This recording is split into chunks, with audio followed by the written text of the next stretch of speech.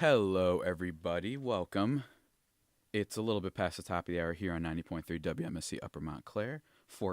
I'm sorry, I forgot to change that. My little dialogue here is 10 a.m. Eastern Time. And you know what that means. It's time to kick the tires and light the fires. Big Daddy, you ever seen Independence Day, sir? No? Okay. I have an ADJ here with me. I'll introduce him later. It's time for the Digital Dash. I'm your host, Javier Reyes, and for the next 3 hours, I'm going to be talking to you all about the stories, the opinions, impressions, unabashed opinions, I should say, and the idiosyncrasies out there in the world of pop culture goodness, and sometimes featuring only, and I mean only, the most illustrious of guests. Today, we got an interesting episode today, because at first I didn't even want to be here this morning. I was actually about to not call in sick, but just decide not to do my show. But my email didn't send. So then I'm clutch here and I decide, no, I can't just like abandon all hope, right before the shot clock violation kicks in. You know what I mean? I have to actually just go with it. But still, I think I got an interesting show today, guys. We're gonna talk about. I saw the other day Steven Soderbergh's new movie High Flying Bird, which was released on Netflix. Then I'm going to be talking about basically all of the 2019 movies coming out this year, just previewing them. I know we're already a month into 2019, and generally when people preview the rest of the year, they like to do that when the year starts, but I did not do that because I'm an idiot. And then after that, my friend John Ostrowsky is going to call in, and we're going to talk about the NBA world and why the NBA is still very good. It is still very, very good, ladies and gentlemen. But before all that, we're going to go through the opening dash. But first, we're going to take a break. And when we get back, we're going to go through some of the movie, TV news and some of the gaming stuff and do my reads of the week. So stay tuned, guys. It's going to be another great show here on 90.3 WMSC, Upper Montclair. What happened? Oh, no, you're good. All right. Anyway, that was an incredible feature done by the person who's going to be hosting after this, actually. But yeah, ladies and gentlemen, let me just go through as my DJ. He's getting ready for his newscast that he'll be doing at 12. So not going to introduce him just yet. I'm going to keep him secret. He's like a secret. He's in the shadows right now. I really love how you can make it like all kind of dark inside here. I really appreciate that. But anyway, not too many stories this week for the opening dash, but whatever. I'm still going to report them. Last night there was an Aladdin trailer that came out. A little first look, even though it's the second look, but it was like a first look at, I guess, the most important thing in the movie, which is Will Smith as the genie. They showed him in his genie form, all blue looking, and it was interesting. It set the internet kind of on fire last night, to be honest. It was interesting. The movie comes out. It's directed by Guy Ritchie, and it comes out May 24th of this year. Disney owns the world, and they're an empire and have every single thing coming out this year. But I must say, Aladdin, I'm intrigued. It's not something I was looking forward to in terms of all like the old Disney properties for them to redo. But I'm still kind of looking forward to it. And we'll talk about it later when I go over just all of the movies in general in 2019. So I won't harp on this too much. Let's go into the next thing. One of the great shows that exists, and I'm really sad about this. This made me really sad when I heard it. Reading from IndieWire. It's about the show Atlanta. Atlanta Season 3 has been delayed. FX confirms Donald Glover's series is skipping the 2019 Emmys as well. Hold on, because my computer's slow. Yeah, man. See, my DJ just freaked out. He's like, what? What? Donald Glover's Atlanta. Hold on. Oh my gosh. This is the problem with doing a show sometimes is when you're live on radio, you have to figure out how to make up for the fact that your computer isn't working. Okay, here we go. Donald Glover's Atlanta won't be returning for its highly anticipated third season in 2019, which means the comedy categories at the upcoming Emmy Awards just got a little more open. FX executives John Landgraf and John Soderbergh confirmed the delay while addressing press at the Television Critics Association Critics Tour. I don't know whether we'll have Atlanta or not, Landgraf said. The writers are back working right now, thank God. Soderbergh added that whenever Atlanta does return, it won't be for this Emmy cycle. In quotes, this cutoff date for this year's Emmys is May 31st, 2019, so we know at the very least Atlanta will not return to television before that date. With writing currently underway and production most likely beginning later this year, 2020 release for its season 3 most likely at this point. I love Atlanta. It's one of the best shows I think that's on television right now. And it's sad that there's a delay, but it also means that they're clearly trying to make it as good as possible. You know what I mean? There was a whole year after season 1 when they didn't have the show. I believe that was 2016. They did not have the show. So, they're working hard. What can I say? Another thing that happened was not a show that was canceled, but one that was renewed. The Walking Dead was renewed for season 10, and also Denai Guerrero apparently is leaving. I don't know why the show is still on, to be perfectly honest. I don't hate The Walking Dead or anything like that, but it's just weird. As someone who pays attention to this stuff, I feel like nobody's really still talking about this show. I know it still does decent numbers, but it seems like its time has passed and that it should move on. But whatever, season 10 incoming. Another thing that happened, I refused to watch this because if I ever saw Chucky, I would easily destroy him. I'm not afraid of that little piece of punk trash. All right, Child's Play trailer came out. I don't know if it was good. No idea. I didn't see the trailer because I just didn't feel like it. It comes out June 21st. Whatever, man. I don't know. I just, out of all the movie villain monster hack and slash people, I just feel like I would murder Chucky. Just stick that little guy in a box, tie a wrecking ball thing, a chain ball to it, throw it in the water, and you're good. Whatever, man. Like, give me a break. Now, Mike Myers, I would not mess with that dude. That dude's scary. And the last thing for movies is Oreo, the raccoon who plays Rocket in the Guardians of the Galaxy movies, he passed away. I was sad to hear about that. Sad little story. Sorry to end on a sad note there, but it's true. But we're going to move into the gaming news. Like I said, not a lot of stories for this, the opening dash this time, but nevertheless, here we go. For gaming, Kingdom Hearts 3 has shipped over 5 million copies. Reading now from Variety. Let's see here. Like I said, got a filibuster here. It's not loading. Here we go. Kingdom Hearts 3 is now the fastest-selling game in the franchise's history after shipping more than 5 million copies globally in 1 week, publisher Square Enix announced on Monday. That figure includes both physical and digital copies across all platforms. Yeah. So, I've gotten Kingdom Hearts 3. I'm not big on the franchise, but I do love the first game. I talked about this with Adam Grisani, who's another DJ here at WMSC, about it last week. I'm still playing it and haven't finished it. I know one of my good friends did finish it, and I assume liked it. I didn't ask him about it, but I probably will eventually. Yeah, it's still big. It's still got that Disney Mojo magic attached to it, of course, and a lot of other things. But yeah, congratulations to the people behind Kingdom Hearts 3. It only took you 14 years to make the game. Next up, new Need for Speed and Plants vs. Zombies games are in the works and planned for release this year, actually. Reading from Polygon, Electronic Arts may have suffered a disappointing financial quarter, but at least the company has games and 2 fan-favorite series coming within the next fiscal year. EA Chief Operating and Financial Officer Blake Jurgensen announced to investors that new Plants vs. Zombies and Need for Speed games are in the works, due out by April 2020. In quotes, "We're making adjustments to improve execution and we're refocusing R&D," Jorgensen said in a news release attached to EA's third quarter fiscal 2019 earnings.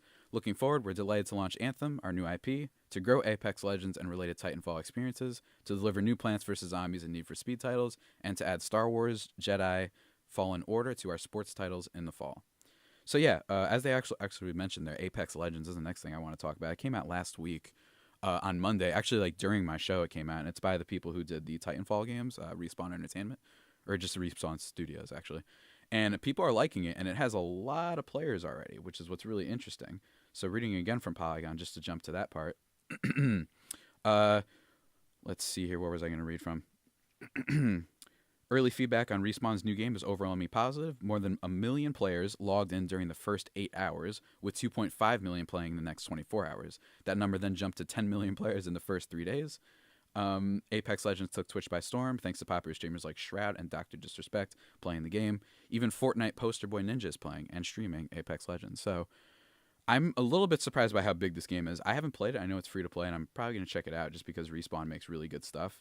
And I'm looking forward to just seeing how this does, I guess, in the future, in this Fortnite Battle Royale landscape that we have right now, and seeing how it can compete with those. But yeah. Reading the last story here, ex-Telltale devs are teaming up to form a new adventure game studio. That's right. New studio from the people who made all the Walking Dead games and the Sam & Max games. Reading from IGN, several former Telltale game developers have founded a new development company, Ad Hoc Studio. According to Variety, 4 former Telltale developers have reunited to form Ad Hoc with the intention of continuing their legacy of crafting narrative-focused games. While details on their first project have not been revealed, the team is strongly hinting it will be an interactive, live-action experience. So that's really cool. Of course, anybody who's not familiar with Telltale, they're big because of their adventure games. They did a Guardians of the Galaxy game. They did I think they did a Back to the Future game, Jurassic Park, Sam & Max in the old days, and they're famous for their point-and-click type of adventure games, but they had this whole massive series of layoffs that effectively closed their studio. But yeah, that's it for the gaming news, and now, in celebration of WMSC's Loves Week, finding the perfect gift can be hard, but WMSC is here to help because today we are kicking off WMSC Loves Week with a creative with creative date and gift ideas for those of you who are looking for something creative to do or make think of something from the heart. That is a weird phrasing that they did there. Okay. Think of something only the two of you will understand the significance of. The more personal a gift is, the better. So yeah, guys, I'm going to be reading some little WMSC things off this little paper that I have here throughout the show, every 20 minutes. So stay tuned for that. That's going to be fun. But that's it for the gaming news. And lastly, it's time for my reads of the week. First up, as I say always, I do my 3 reads. It could be tweets. It could be articles. Most of the time it's articles that I found particularly interesting. And then I give 3 of them every week. So here we go. First one, I played all 17 Angry Birds games, and I have some thoughts. This is from Kotaku by Zach Zweisen. I don't know. It was just funny seeing someone play all the 23, I think it is, Angry Birds games and write about them, and it was interesting. I don't know. I just remember that franchise. I still remember in middle school when it came out. It was such an insane thing to happen, really. Just like the explosion, of Angry Birds into this full-fledged franchise off of the iPhone. It was like the first real iPhone games, apps, whatever you want to call it, franchise, I'd call it. You know, it was one of the first ones that really blew up, in my opinion. And yeah, let me just reach for my little sheet over here. Then my next read is from The Ringer, and I love The Ringer. The Ringer is really good. You know I mention them a lot. I don't want to make it sound like I'm just an internet, or I'm a Ringer like enthusiast, even though I am. That didn't make any sense really, but whatever. I'm really distracted today, guys. I'm really tired. I don't know. It's just one of those days. The Oscars are in crisis. Do they know it? Like I said, from The Ringer by Sean Fennessy, basically writing about the Oscars and how they've made a lot of mistakes this year, both, in my opinion, in terms of nominations, which the writer gets into. I'm a really big fan of Mr. Fennessy's. I think he does tremendous movie and Oscar coverage especially. And just how throughout this year, we've had a lot of moments where we're wondering, does the Academy really, are they in tune with not only their audience, but just the movie world at large? And the piece really gets into that. And I thought it was a really good read. And then nextly is Bradley Cooper Has a Problem. This is from Deadline, written by Sean Penn. This is just a banger in every sense of the word. I think Star is Born is getting kind of robbed when it comes to a movie award season. It's not that it isn't being nominated, but it is just kind of being forgotten. And I think it's one of those movies that in a few years we're going to be like, hey, remember that movie everybody saw and talked about for like 2 months and it like really captured the nation? Yeah, that didn't win. And we didn't even give Bradley Cooper the Best Director nomination. So I'm not going to get too much into the Oscars talk right now because something tells me it'll come up later, because that's always what happens on my show. But yeah, guys, that is it for the opening dash now. We're going to take a little bit of a break. And when we get back, I'm going to talk about High Flying Ground, which is the new Steven Soderbergh movie on Netflix that I saw yesterday, actually. And if you can't tell, the reason why I say I saw it yesterday is because, like I said, I didn't really prepare too much for this show. So I had an emergency moment when I had to tune in and find something to talk about. But I think there's some interesting things about this. So yeah, guys, stay tuned. You're listening to 90.3 WMSC, Upper Montclair.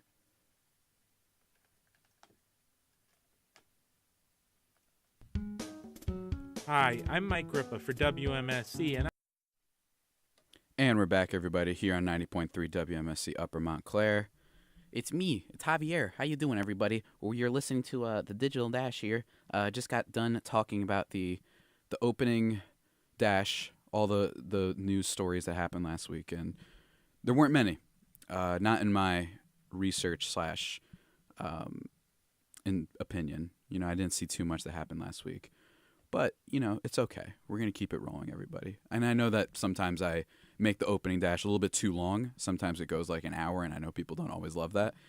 When I'm supposed to make it a quick recap, usually quick recap doesn't mean talking about news stories for an hour. But nevertheless, we're moving on now to my next topic I want to talk, which is the new Steven Soderbergh movie, High Flying Bird, which came out on Netflix this past Thursday. And I thought it was interesting. And the reason I thought it was interesting is, first of all, I think there's a really savvy aspect to the story. And the reason why is because it released the same day as the NBA trade deadline was happening, which I thought was really interesting and just smart by Netflix and both Soderbergh to do that. I think they knew exactly what they were doing. And, you know, it's Steven Soderbergh is one of the, I would say, one of like the five or six, you know, 5 biggest filmmakers we have, one of the most important ones we have, especially for this century. And this is his latest thing. And his last thing was actually Unsane. I think it was Unsane, which was shot entirely on an iPhone. That was what the interesting thing was about Unsane, which I didn't see, but it was. Like it was a story in terms of that part, and I think that's what he's known for. Is I'd say I haven't seen all of Steven Soderbergh's movies, but he's really good at finding new ways to make movies and finding a different cool approach. Like you can't really he has a style, yes, to each one of his movies, but they also you don't ever really know exactly what you're going to get from him, which I think is a good thing. I think that it's cool that he finds different topics to discuss. You know what I mean? He's not always pigeonholed into one category of film. For those who don't know, he's done things like the Ocean's movies, which is Ocean's 11 is one of my favorite movies ever. Ocean's 12 and 13. Right? I don't even think he was the director behind 12. I think he was a producer or something like that. Out of Sight, Aaron Brockovich, Traffic, Contagion, Magic Mike, Side Effects, Logan Lucky, which came out. And like I mentioned before, the aforementioned Insane, which was shot entirely on an iPhone camera. And this movie, High Flying Bird, is also shot in its entirety on an iPhone camera, whatever you want to say. And you can tell at points, but for the most part, I think that's one of my biggest compliments I'd say about it. There are moments where you're like, oh yeah, that was like not an iPhone camera. I could tell this is like a real DSLR or whatever you want to call it, a Sony X10, whatever camera you're using. And I just think it's shot really well. It's shot really imaginatively, and I like what they did there. And also, the reason I wanted to talk about it is because it's a basketball movie, but more specifically, it is about an agent played by Agent Ray Burke, played by Andre Holland, who's fantastic in this movie. And basically, he is representing the number one overall pick in the draft, except that it is the NBA lockout in this universe. They're in the lockout and they're trying to figure out what to do. And it's like kind of a movie that, I've been saying for a while that personally I think that we've been ready for a basketball movie, like a new basketball movie to come out. I feel like there hasn't really been one in a while, obviously, except for this one. And I think this movie accomplishes half of that, where it is definitely a basketball movie, but it is not, a lot of basketball playing. But I think it captures an interesting side and aspect of pop culture, not pop culture, basketball. And it adds the adage of kind of just corporate America. It's more of the agent's perspective, and he does a really good job in the movie. And it's kind of fast moving in a way, but also slow at the same time. I don't know. It's a really interesting kind of movie, and I respect Soderbergh for trying something like this and not going down, not that there's anything wrong with this, but like a Glory Road type of, classic comeback tale of a basketball team or something like that. Like instead he focused on this basketball culture, but from the perspective of the agent and the corporate world and what happens during the lockout. What's it like for these players? What is the business side of things? And the idea that when you get to this level, sometimes you lose your love for the game and it becomes a lot more just like a business, and you see it's a little bit cynical in that respect. But it was cool that they did this, and I enjoyed the most of it. Zazie Beetz is also in the movie, who I love, and for those who don't know, she's the one who's been on Atlanta, and she was also in Deadpool 2 as Domino. Really cool actress. Zachary Quinto's also in the movie for a little bit, which is cool. For those who know, he plays Spock in the new Star Trek movies, and I just kind of freaked out when I saw it because I like the Star Trek movies. That was just a fun little thing. I was like, oh my god, like there's Zachary Quinto. That was really funny. And I don't have it's one of those movies where I don't even know if I followed everything that was happening, especially towards the latter act of the film. The final 10, 15 minutes were a little bit confusing for me. Not because I think the movie was, to its detriment confusing, but I think that there were just parts that I didn't follow and I would have to rewatch it. But in terms of just being a basketball movie, it is not your typical one. It's not your typical sports movie, that's for sure. It's got more in common with Moneyball than it does with, like I mentioned with Glory Road or something like that. Remember the Titans, whatever. Like you're not a cliche. I don't want to use the word cliche, but your typical kind of sports movie. When you think of sports movies, I think those are some of the ones that you think about. But I did enjoy it, and I think the biggest takeaway is, one, I still really think we're looking for a basketball movie, and this is one of them. And I like that it was. There's also some interviews in the movie. I should have mentioned that with some current NBA players, just kind of to cross-reference and be a compliment to what's going on with this agent's story and what he's trying to do and what he's trying to start with branding his player and whatnot. Compounded by actual NBA players in this nice, really well done, these black and white stand-up shots with NBA players like Karl Anthony Towns and Reggie Jackson and Utah Jazz, Donovan Mitchell. That was really cool just to see them talking about it. And I think that he weaves those little moments of the actual players talking about the business and what it's like really seamlessly into the movie. You know what I mean? It seems a bit jarring, the idea of having NBA players just insert themselves all of a sudden into a movie about basketball and the business of it side of it, but it works well. And I think that it's cool that Soderbergh got every kind of angle. You know what I mean? He went for, he wanted to actually have, real actors and stuff like that in it, but he also has the business side of it. And he has actual players talking about it and how, sometimes the love of the game is important. It's important to get you to higher levels, especially the NBA. It has to be, but it's also difficult, and it's not all sunshines and rainbows all the time. It can be, it's corporate America, and it can be tough sometimes. And I appreciate it for that. It's not like this. When I say I was looking for a basketball movie, this isn't exactly what I was thinking of. I don't think that's a bad thing, but I did enjoy it, and I enjoyed the, Soderbergh is just so good at weaving together dialogue, I think, in interesting ways. And just every one of his movies, I think he does something different. And I think I appreciate that, especially in today's movie climate. Sometimes there aren't always a lot of new ideas. But I do think that I still think we need more basketball movies. I really do. I think we've had too many football. We've had a lot of boxing lately with the rise of Creed. Hold on a second, because my DJ is getting a little excited over there. I want to have him involved here. Introduce yourself, sir. How you guys doing, man? My name's Anthony. Thanks for having me today. Awesome, man. Yeah, this is my new DJ Anthony, and he's just nodding along because he loves that. I assume you're a big basketball fan. Yes, I'm a huge sports in general, but basketball is my my main sport, man. Yeah, I love the NBA the most. Basketball is my favorite sport to play, I would say. But I still love basketball culture in general, which I can get into a lot. Yeah. And this movie, I recommend it.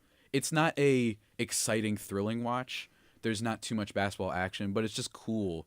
Like, I don't think many people have seen a movie like this shot entirely on an iPhone camera, which is plus fascinating. Just the overall principle of a basketball movie, like you said, we don't really get that much basketball movies. We haven't often. had one in a while, and especially considering the rise of basketball and that culture and, NBA Twitter, which is a thing, and everybody loves NBA Twitter.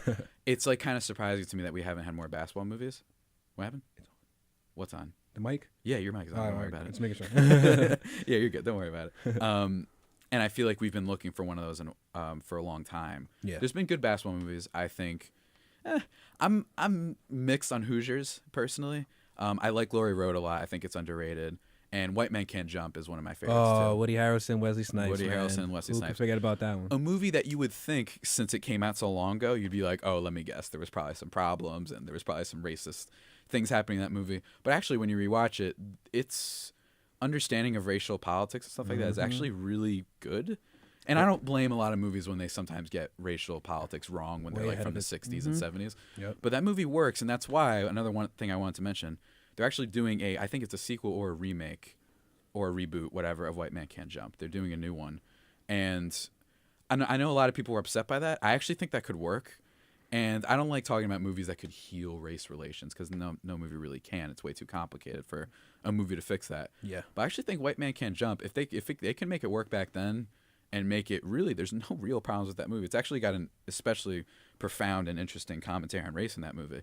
It's also really funny, and the leads are at their best. Obviously, Woody's the best, and Wesley's the best too. I mean, they always had that chemistry. Remember Money Train? Yeah, man. They're really good together, and I think that movie could work, and I think that could be one of the movies that really kicks off. I know they're doing Space Jam 2, which is fine, but also, do people really care about the Looney Tunes anymore? Like, to be honest, it's just a thing. There's just certain movies that don't really need sequels. Like, I feel like if there's just released one time and that's good enough. For example, I'll give you a great example. Like Mike.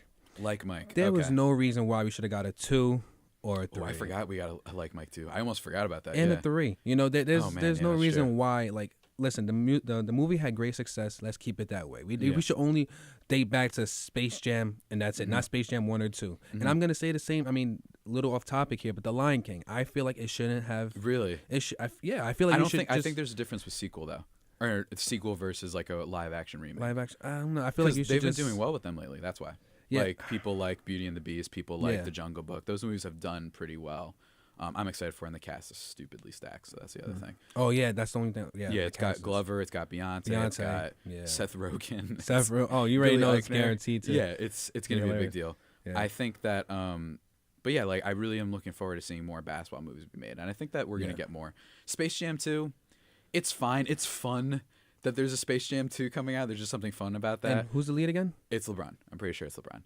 Although I do have to admit, I feel like we're like 5 years late on that. I feel like this came out a little bit earlier than people would be excited. I just don't think people care about the Looney Tunes anymore. I really don't. I don't think people are like, yeah, I can't wait for Bugs Bunny to be on screen again. People would rather see LeBron be with, I don't know, like video game characters in a basketball movie versus. Actually, I'm all in on that. That'd be really interesting. See him playing with Mario. If you ever played Mario Hoops 3-on-3, that'd be kind of fun. But yeah, that's the basic gist of it. And I think that I really do think we're due for a big basketball movie. This one's kind of a nice indie basketball movie. I guess that's how I would describe it, like a little experimental type of movie. Now we also need some other more mainstream things to go along with it because we've gotten a lot of football. We have too many football movies actually. We've gotten a lot of boxing recently, both with the what was that one? Who? Creed? Miles Teller. But besides that, Creed. But then also the Miles Teller movie that came out about 2 years ago, I believe. I didn't even see it, but then they had Southpaw. And then they had that was one based on Mickey Ward, right? No, that was The Fighter. The Fighter was Mickey Ward. Southpaw was, I think, an original story or whatever. Okay. But that one was really interesting. And then, of course, the Creed movies, which I think the first Creed is actually just one of the best movies I saw. When it came out that year, it was incredible, and it didn't have any right to be as good as it was, I don't think. Michael B. Jordan was the lead, right? Yeah, Michael B. Jordan was the lead, and Sly is excellent in it, too. But yeah, take a quick pause from this. For WMSC Loves Week, creative ideas and gifts, it's for Monday. Yeah, we're on the right day. Don't know what to get your special someone? Do something creative, but make sure it is something that is designed specifically for your significant other. Not everyone is into things that are big and outgoing, so make sure the gift you decide on fits his or her personality. I agree with that tip. I agree with that. That's a good tip. You know what I mean? You don't always have to get the normal generic type of thing, but you know, just try. I think it's the effort that counts. What'd you say, Anthony? I think it's the effort that counts. The effort counts most of it. For sure. So yeah, guys, we're gonna take a little bit of a break here, and when we get back, I don't know what we're gonna do. Got like 20 minutes until Trevor comes on. But yeah, maybe I'll talk to my little ADJ here. See what's going on with him, how he's doing. But yeah, guys, stay tuned. You're listening to 90.3 WMSC, Upper Montclair. And we are back here on 90.3 WMSC, Upper Montclair. You were just listening to Hazelwort by ORB or Orb. I don't know the artist. I'm not good at music. But joining me is my ADJ, Mr. Anthony. Anthony what? Rios. Anthony Rios. Any relation to Alex Rios of the former Texas Rangers? No. That was a terrible callback, but yeah. No, I remember him, though. I make weird analogy and references all the time. That's what you have to know about me. You can ask Jack. Like, I'll just make the weirdest connections. You a fan of Bill Simmons? He's my favorite. Really? Yeah. Oh, my gosh. This is great. I got the best ADJ. We, think the same way. Oh, yeah, I love Simmons. Do you follow, The Ringer and stuff like that? Yes, I do. All right, nice. So, yeah, I mentioned them before. So, Mr. Anthony, introduce yourself. What's going on? Well, I'm a junior here at Montclair State University. I'm part of the ADJ program in hopes of getting my own show. Well, with my friend Saeed, who's also an ADJ at the moment. Mm-hmm. And we plan on having our own debate show on WMSC radio. I love the First Take? Yeah, or First Things First?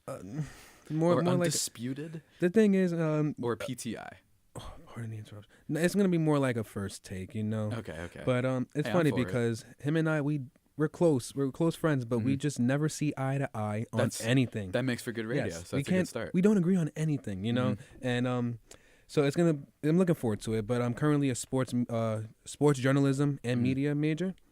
And yeah, man, I feel like joining radio is definitely going to boost up my resume maybe, or just getting the overall feel of what it's like to be a part of this field, and I feel like this is a good way to start, and I'm looking forward to it. For sure. Yeah. You're right. It absolutely is a good boost, and it's a really fun program to be part of. I mean, I started late, man. I got my show this past summer. I started real late, and if you just work at it, then you're good. You're a senior? Yeah, I'm a senior now. Oh, okay. This is my last semester ever of college. It's gonna be wild. It's gonna be real wild. What you doing there, buddy? Oh, Trevor's here. See, here's the funny thing about Trevor. Let me just let him in here real quick. The funny thing about Trevor is I tell him 11 o'clock, but then he shows up at 10:48. So that's how Trevor works. Yeah, that's right. I'm putting you on blast, bud. Yeah, that's fine. Into studio now is Mr. Trevor fine. Gioia. That's fine. How you doing? All right, no problem. That's enough out of you. I love messing with Trevor. But yeah, so you're a big basketball guy. We got into basketball over the break. Yes. After I was talking about High Flying Bird, and then I just asked you about basketball stuff, and you're a big basketball guy, and I love basketball, and we're gonna get along real well because of that. I'm gonna call in my friend in later. I'm gonna talk about the trade deadline and stuff, so we won't harp on it too much. But what are some other interests of yours? Do you have any other things that you'd like to mention, perhaps? Well, if you can't tell by my hoodie, You're a Colts guy. I'm a diehard Indianapolis Colts fan. This guy's interesting because he told me he got into basketball because of Amari Stoudemire, and he loves James Harden, and he's a Colts fan. I'm not saying there's anything wrong. I'm fascinated by this. I'm like, this is cool. I like weird sports fandoms that don't always like, oh, I'm from New York, so therefore I like New York. Nah, you man. Let's just say Peyton Manning had a huge influence on my childhood. Absolutely. Yeah, he did for me too. You want to know how I became a Chargers fan? Oh, no. So I didn't follow football a lot growing up. I've mentioned this before. But, like, I didn't follow football a lot. The only sport that I was really into when I was a kid was baseball because my parents were. I was a super nerdy kid. All I did was play video games on the weekends. That's it, by myself. That's basically all I did as a kid.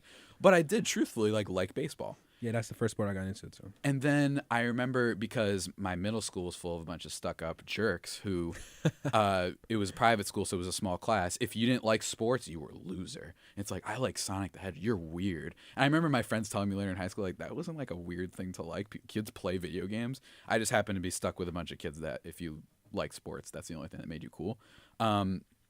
But so almost because of peer pressure and wanting to fit in, I was like, let me give this football a try. You know what I mean? And I did, and here's how I picked my favorite team. I was like, I like that helmet. I like the lightning bolt thing. I like Sonic, and I like things that went fast. So I was like, all right, cool, I'll follow this team. And it was like the first week I followed them or whatever. And as someone who didn't know anything about football, I knew who people like Tom Brady were. I was like, I know who that is, though. I've heard of it. And I knew who Peyton Manning is. So they played the Colts in a playoff game, and they beat them. And I was like, oh, cool, I'm just going to run with this. And here I am today, still miserable. Question. Yeah. Did that happen to be the 2008 AFC wildcard game? Which is the one with Darren Sproles? Darren Sproles. Yes. It was one before that, though. It wasn't that. I started following the Chargers, I think, the year before when the Giants won the Super Bowl. But that was the game. Yeah, this was the year that the Chargers beat the Colts in the playoffs. But you know that one was crazy, when man? they just straight up upset them. I'm happy you said that because that is the reason why I hate the Chargers.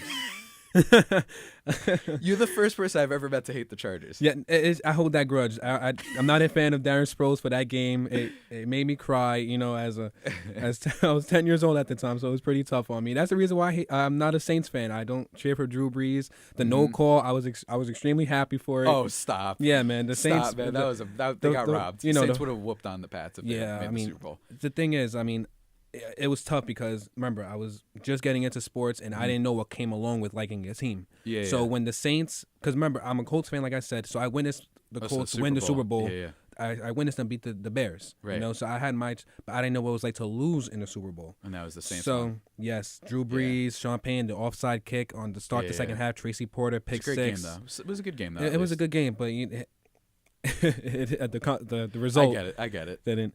The Chargers were. What's funny about regular season Peyton Manning? He's probably the best regular season quarterback ever. Yeah. And what's funny is, for some reason, the one stupid franchise that historically has done really well against them is the Chargers. Yeah. It's like what? It's like ridiculous. it made no sense why they were just good at him. And I love Phillip, and they ended their season on a bad note, unfortunately. That game was miserable, cowards. man. It was rough. I don't want to talk about it. But for baseball, what's your team? The Yankees. Oh, yeah, same here. I'm becoming a more die-easy Yankees fan with age, though. I don't like how baseball works, I think, is my problem. Well, was it the contracts? You don't like the game itself? It feels too money-oriented, and it feels I know it's gotten better where, like, you know, you can see, like, you know, the Houston Astros won a World Series. The Royals won a World Series. Yes, that's what's amazing about it. It's unpredictable at times. It is, but I also don't like that sometimes I look at this and I'm like, there are some really good teams out there that just straight up won't have Bryce Harper and Manny Machado just because they don't have the money. God. I hate when that happens. Like the Braves are a good example. The Oakland Athletics are a good example. The Cubs. The Cubs do have money, though. Yeah. Oh, no, you said the teams that don't? The teams that don't and are also good. And the only reason they won't get these guys is because they don't have money. That happens in baseball more than any other sport. $300 million? Come on, man. It's seriously. Just, it stinks. You know what I mean? And, hey, get your money. Don't get me wrong. Yeah, definitely, yeah. It's just I look at this sometimes. I'm like, the A's are good, man. They got Matt Chapman and all the Matt Olson, and they had I forgot who the pitchers that did really well for them. Mike Fiers randomly did well for them last year, but it just thinks that like that's a competitive team, but they won't go there because they don't have money. Yeah, and so that's why they're probably gonna go to Chicago because the White Sox, the White Sox, or the Giants. Giants are a good organization, but it's just I wish that, and I like that about the NBA, which is one thing I like about the NBA where the money really doesn't matter as much anymore. Yeah, ask DeMarcus Cousins. Yeah, just ask DeMarcus Cousins. Just ask guys who sign with these places where they're like, they can make their brand so big anyway, and they just don't mind. That you got to have something. And props to those players that take pay cuts. Like, people are totally forgetting that Dwayne Wade had to take a huge pay cut in order to get Chris Bosh and LeBron James back in 2010. It takes a major role on, but then again, they're making millions, man. You know. Yeah. So would Wade really get mad that he's making $15 million over instead of 25 at the time? It depends sometimes, but like I also don't begrudge anyone who does. You know what I mean? Like do what you want. Like make your money. But the NBA is very good at, I think, just treating its players with respect in a lot of ways. You can't say that for the NFL especially.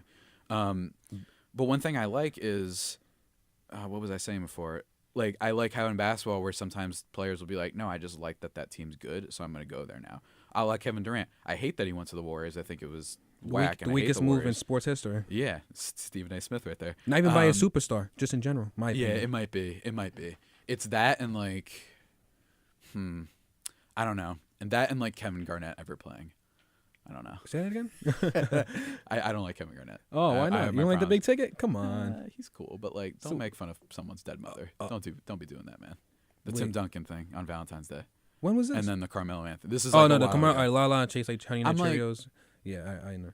Come on, bro. That was like, a little out of I just think you can be like Reggie Miller type, but also don't be bringing people's like wives and then their family history when it's dark like that. Shout out Tim Duncan. So you don't like him, but you could respect his game at least, right? I respect his game at least, but I'm not going to pretend. My friends like get mad at me when I talk about this, and they're like, "You're too soft," and I'm like, "Well, like, all right, yeah."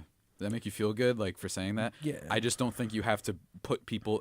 If putting people down because of parents dying is how you win a basketball game, then I don't want to ever win a basketball game. Like, cool. Like, watch Kawhi Leonard. Watch these other guys. Reggie Miller, notoriously mean trash talker, and he did the choke thing, but he wasn't bringing like those things into it. Like, come on, guys. It was all on the court issue. It was on the court. You'd be make fun of how somebody looks. Maybe throw some curse words, but family stuff, especially death of family members and someone's wife, like come on, bro. But anyway, yeah, I love basketball. I could talk about this for days, and I love talking about sports, man. It's a lot of fun. What else? How has the program been for you so far? Well, to be honest, I went to the meeting for the first time 3 weeks. Right. I believe it was 2 weeks ago. Yeah. 2 weeks ago, and I absolutely loved it. I just feel like so much positive energy. Yeah, for sure. You know, even when I introduce myself, everyone's clapping. It's like just a happy environment. You know, and I feel like I want to be a part of this for the long run. For sure. And you said your thing is sports journalism, right? Yes. You ever written for the Montclarian? No, because I would give that a shot because you'll learn to cover some games and stuff. Yeah, Anthony Gabinelli is the editor there. I can introduce you. He's a good friend of mine. Anthony Gabinelli is the editor there. Oh, okay. The thing is, for me, I'm more personally like being in front of the camera, broadcasting, stuff like that. But if writing for the Montclarian is going to help me boost my credibility to get in front of the camera, and then we can talk about this. Oh, I'm sorry to interrupt. No, we can talk about this. I did this with Trevor. You know what helps you? Doing things. That's what I would say.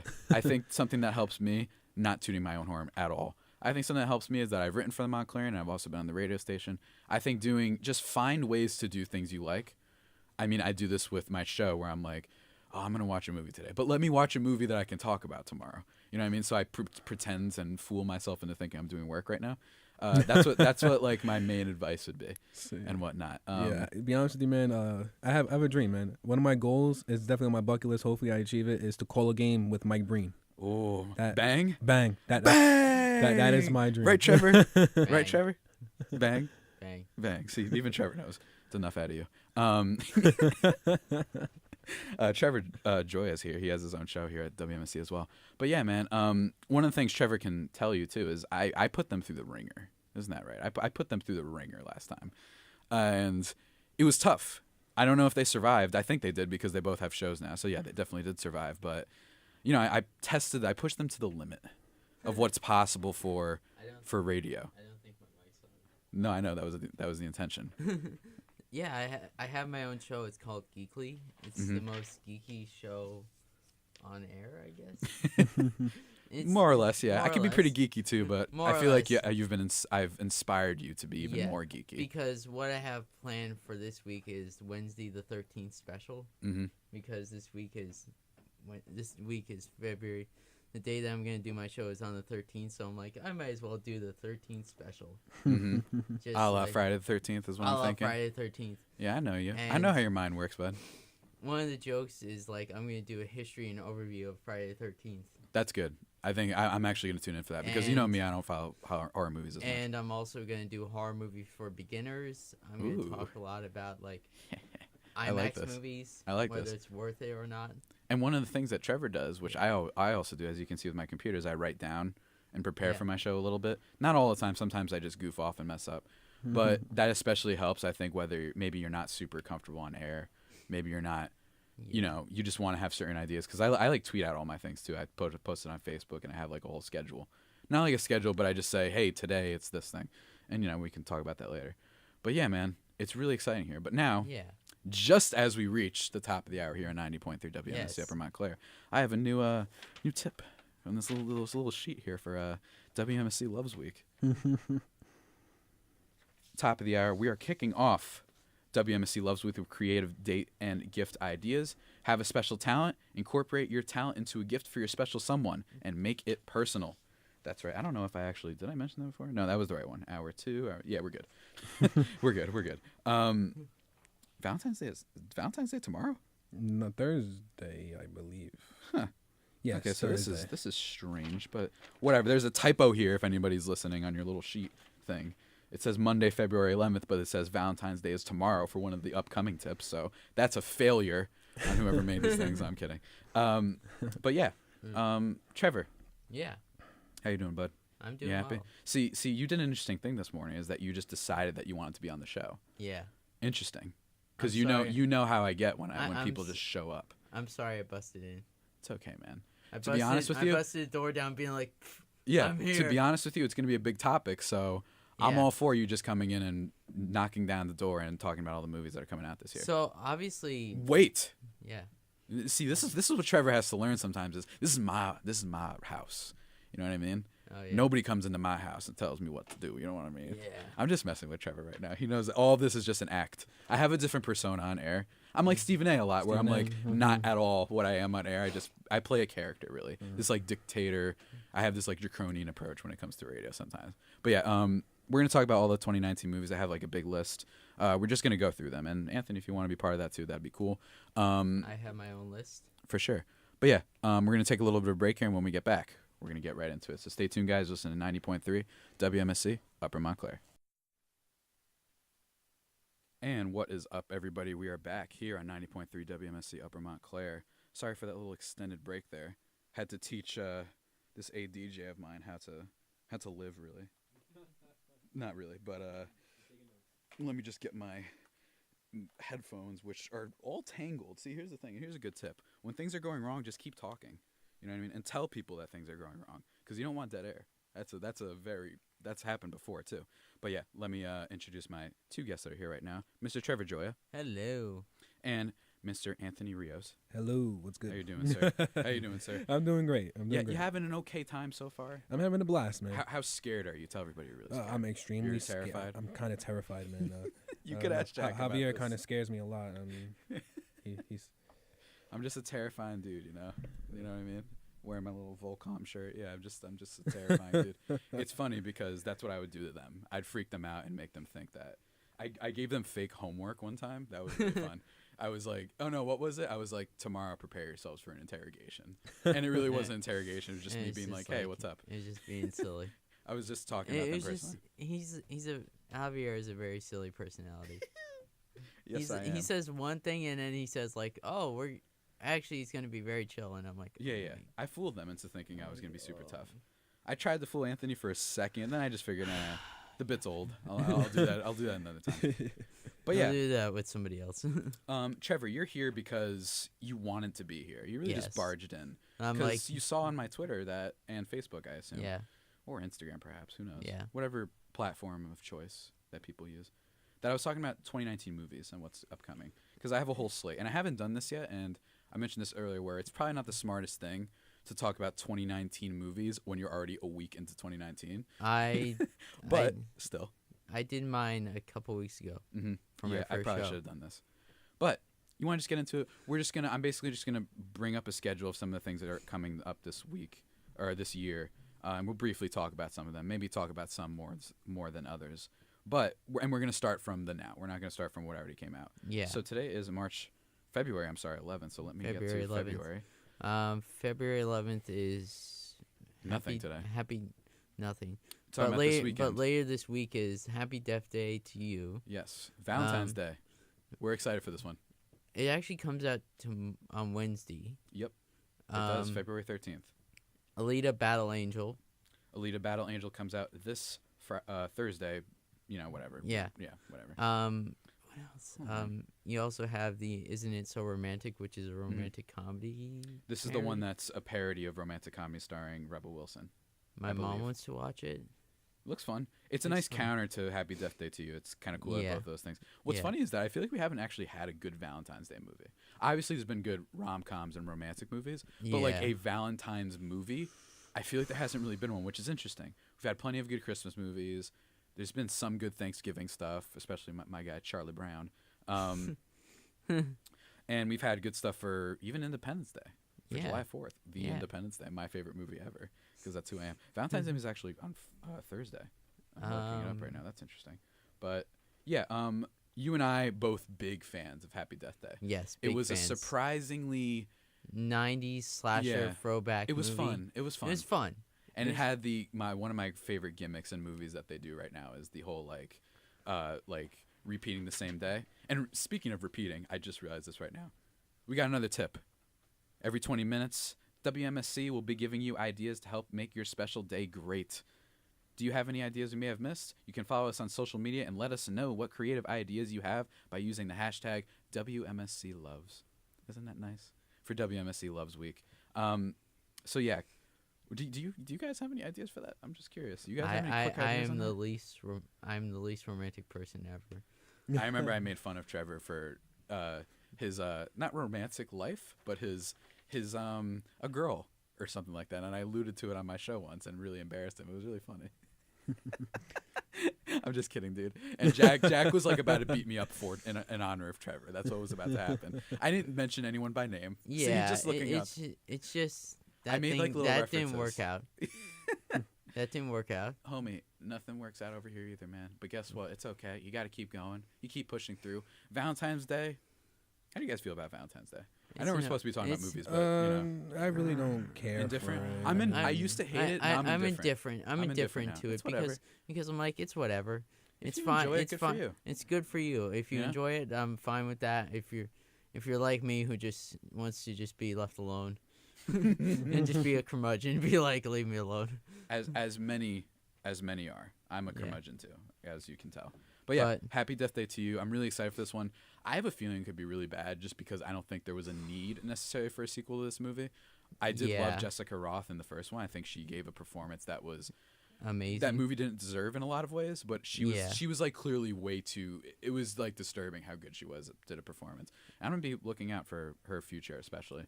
Obviously, I think she's got talent for sure. The next movie is How to Train Your Dragon, which is coming out next week. Okay, so we're just skipping to next week, huh? February 22nd. Because there's nothing else. You're not a big fan of Donnybrook or Fighting with My Family, perhaps? No. Got to mention that. The Rock movie, which I'm slightly interested by because I actually thought the commercial that I saw for it was interesting. It's like this WWE real life drama. You've seen this before, and I was like, I'm kind of in. This one could randomly be good. It's one of those movies that could be a fun. It's a nice start to the year. It's a hit or miss. It could also be a hit or miss. Being that I just stopped being a WWE fan, I'm wondering though if like there's some fun vibe that they can go for with this. Yeah, that they can make it fun for people who don't like WWE at all or anymore, whatever it is. Yeah. But yeah, and the other thing we mentioned before was Alita Battle Angel, which comes out, which is getting fairly lukewarm reviews right now. Fairly lukewarm. It'll be the best anime adaptation ever, probably. It probably will be. But to me, it just looks. I'm sorry to say this. It doesn't look appealing to me. Doesn't look appealing. I'll probably watch it for $5 at TNX Cinemas. It looks like a peak example of a Rent movie. Yeah, it's been they're really pushing it hard too. It's amazing who's behind this. Robert Rodriguez, James Cameron, multiple like Academy Award-winning people, and it's about this cyber girl who's in this futuristic setting fighting robots. Essentially, I don't know enough about it. I don't follow the manga that's based off of, but it is cool that this will be probably the best adaptation, just based on what the early thoughts that I've heard. It'll be the best because most anime/manga adaptations are utter trash. Shout out Dragon Ball Evolution. So yeah, next you mentioned How to Train Your Dragon: The Hidden World. You're a big fan of this franchise, right? I'm a big fan because people don't understand. Like This is one of the most grown-up animated movies ever. One of the grown-up animated movies. Because you follow these kids who have to go through so much, and the main character is just so interesting, in my opinion. Mm-hmm. I can't say what happens in the first movie without giving spoilers. Mm-hmm. But there's certain things that happen to him that just make him, like, more appealing as the movies go on. Mm-hmm. Like, the events that happened in the first movie are so interesting. The events that happen in the second movie are just as like, oh, okay, that's different. Surprised you, huh? Yeah, and I'm like, it's deceiving. Would you say? It's like it's deceptively grown up. It's deceptively like grown up. It's like a version of like Young Justice almost. Like it's deceptively grown up. Mm-hmm. Like you don't understand how. I've only seen the first, and I remember really enjoying the first. Yeah. And then randomly realizing, oh wow, this is like there's like another movie. I had no idea. Yeah. Until of course, I did have an idea, I guess. Yeah. So Mr. Trevor, yes, you're excited for that? Yes. Think it's gonna be good? I'm hearing it's good. I think it's gonna be good. I'm probably gonna watch it. February 22nd, which is a Friday, of course. So that's interesting. But that's basically it for the rest of March. I mean, February. Now, of course, there are some other movies coming out.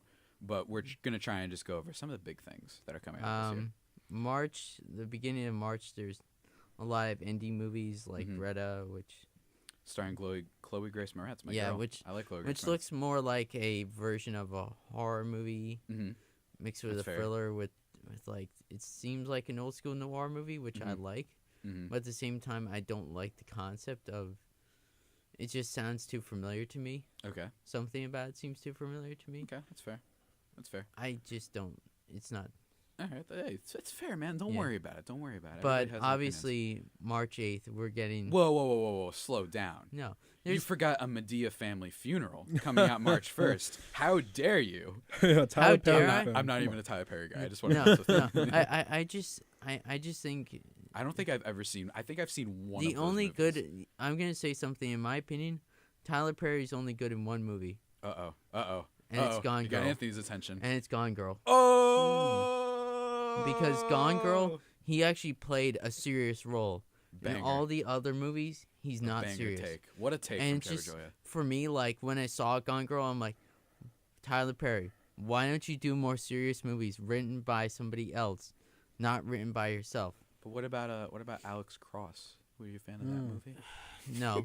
I remember that being bad for the 20 minutes it was that I saw. It was too like jokey, and I'm like, no, this is not a joke. Here's the thing with Tyler Perry.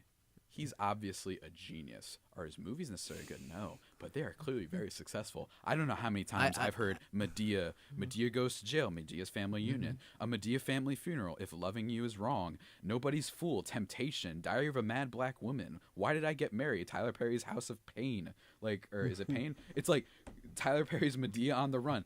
Clearly, this man hits something. I don't know what it is. I've never really seen these movies before. No, I've never seen his movies. Movie's a big deal. That's all I'm saying, Trevor. I'm just trying to give people that. There are clearly some people that care about a Medea family funeral. So next up, of course, okay, I'll let you. Is Captain Marvel, the 1994 set Marvel movie that takes place way before the events of the Avengers, Iron Man, and it's the first encounter of a superhero that Nick Fury has. Yeah, Nick Fury has. Now here's the interesting thing. Did you see the thing that happened with their marketing for this movie? Their website for it. Their marketing, I love their website. Their website is so if you hilarious. haven't seen it, it is a 90s. You know those like Adobe Flash old websites, what they used to look like for movies? They did that for this one because it takes place earlier. It's like the MS Paint looking type of thing. Like that's what it looks like, and it's pretty ingenious of them. And you can like go on it on your phone, but it's really one of the funniest things ever. Yeah, it's really smart. I can't wait to watch it because I'm hopefully gonna watch it on IMAX at the Washington D.C. Of course, big Marvel guy, Mr. Trevor. Anthony, you a big Marvel guy? To be honest with you, I'm not really a I can't even talk. Sorry, superhero movie fan. Okay. But to me, I'm more of a DC due to the simple fact that one of my favorite movies of all time is The Dark Knight. Fair. Listen, I love The Dark Knight. Yeah, everybody does. I love The Dark Knight. It's great. It's just the fact that DC is all time. I love Marvel and I love DC. I'm one of those people who likes both. I like both. I just think that one is clearly better. That's for different reasons. DC right now, I don't know what they're doing or what They haven't been as good. They haven't been as good a lot. We've talked about the DC. Like Aquaman was like for me like not as good as Black Panther. Mm-hmm. Well, no, I don't think anybody would. Oh, no. Aquaman wasn't as good as Black Panther. No, I agree with you. Came out this year. I'll be honest with you, man. I truly enjoyed the Black Panther. The only thing that I was not a fan of, and to be honest with you, this goes for a lot of superhero movies, is the obvious conclusion.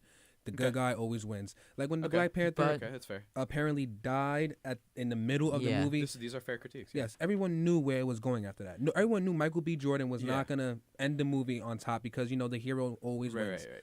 I wouldn't mind that little twist, though.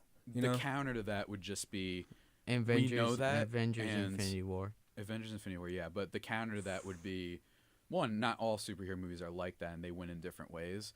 I thought that this movie had a cool conclusion where it's not just the bad guy losing, but there were some other events where he was right about certain things. But we can get Black Panther another day.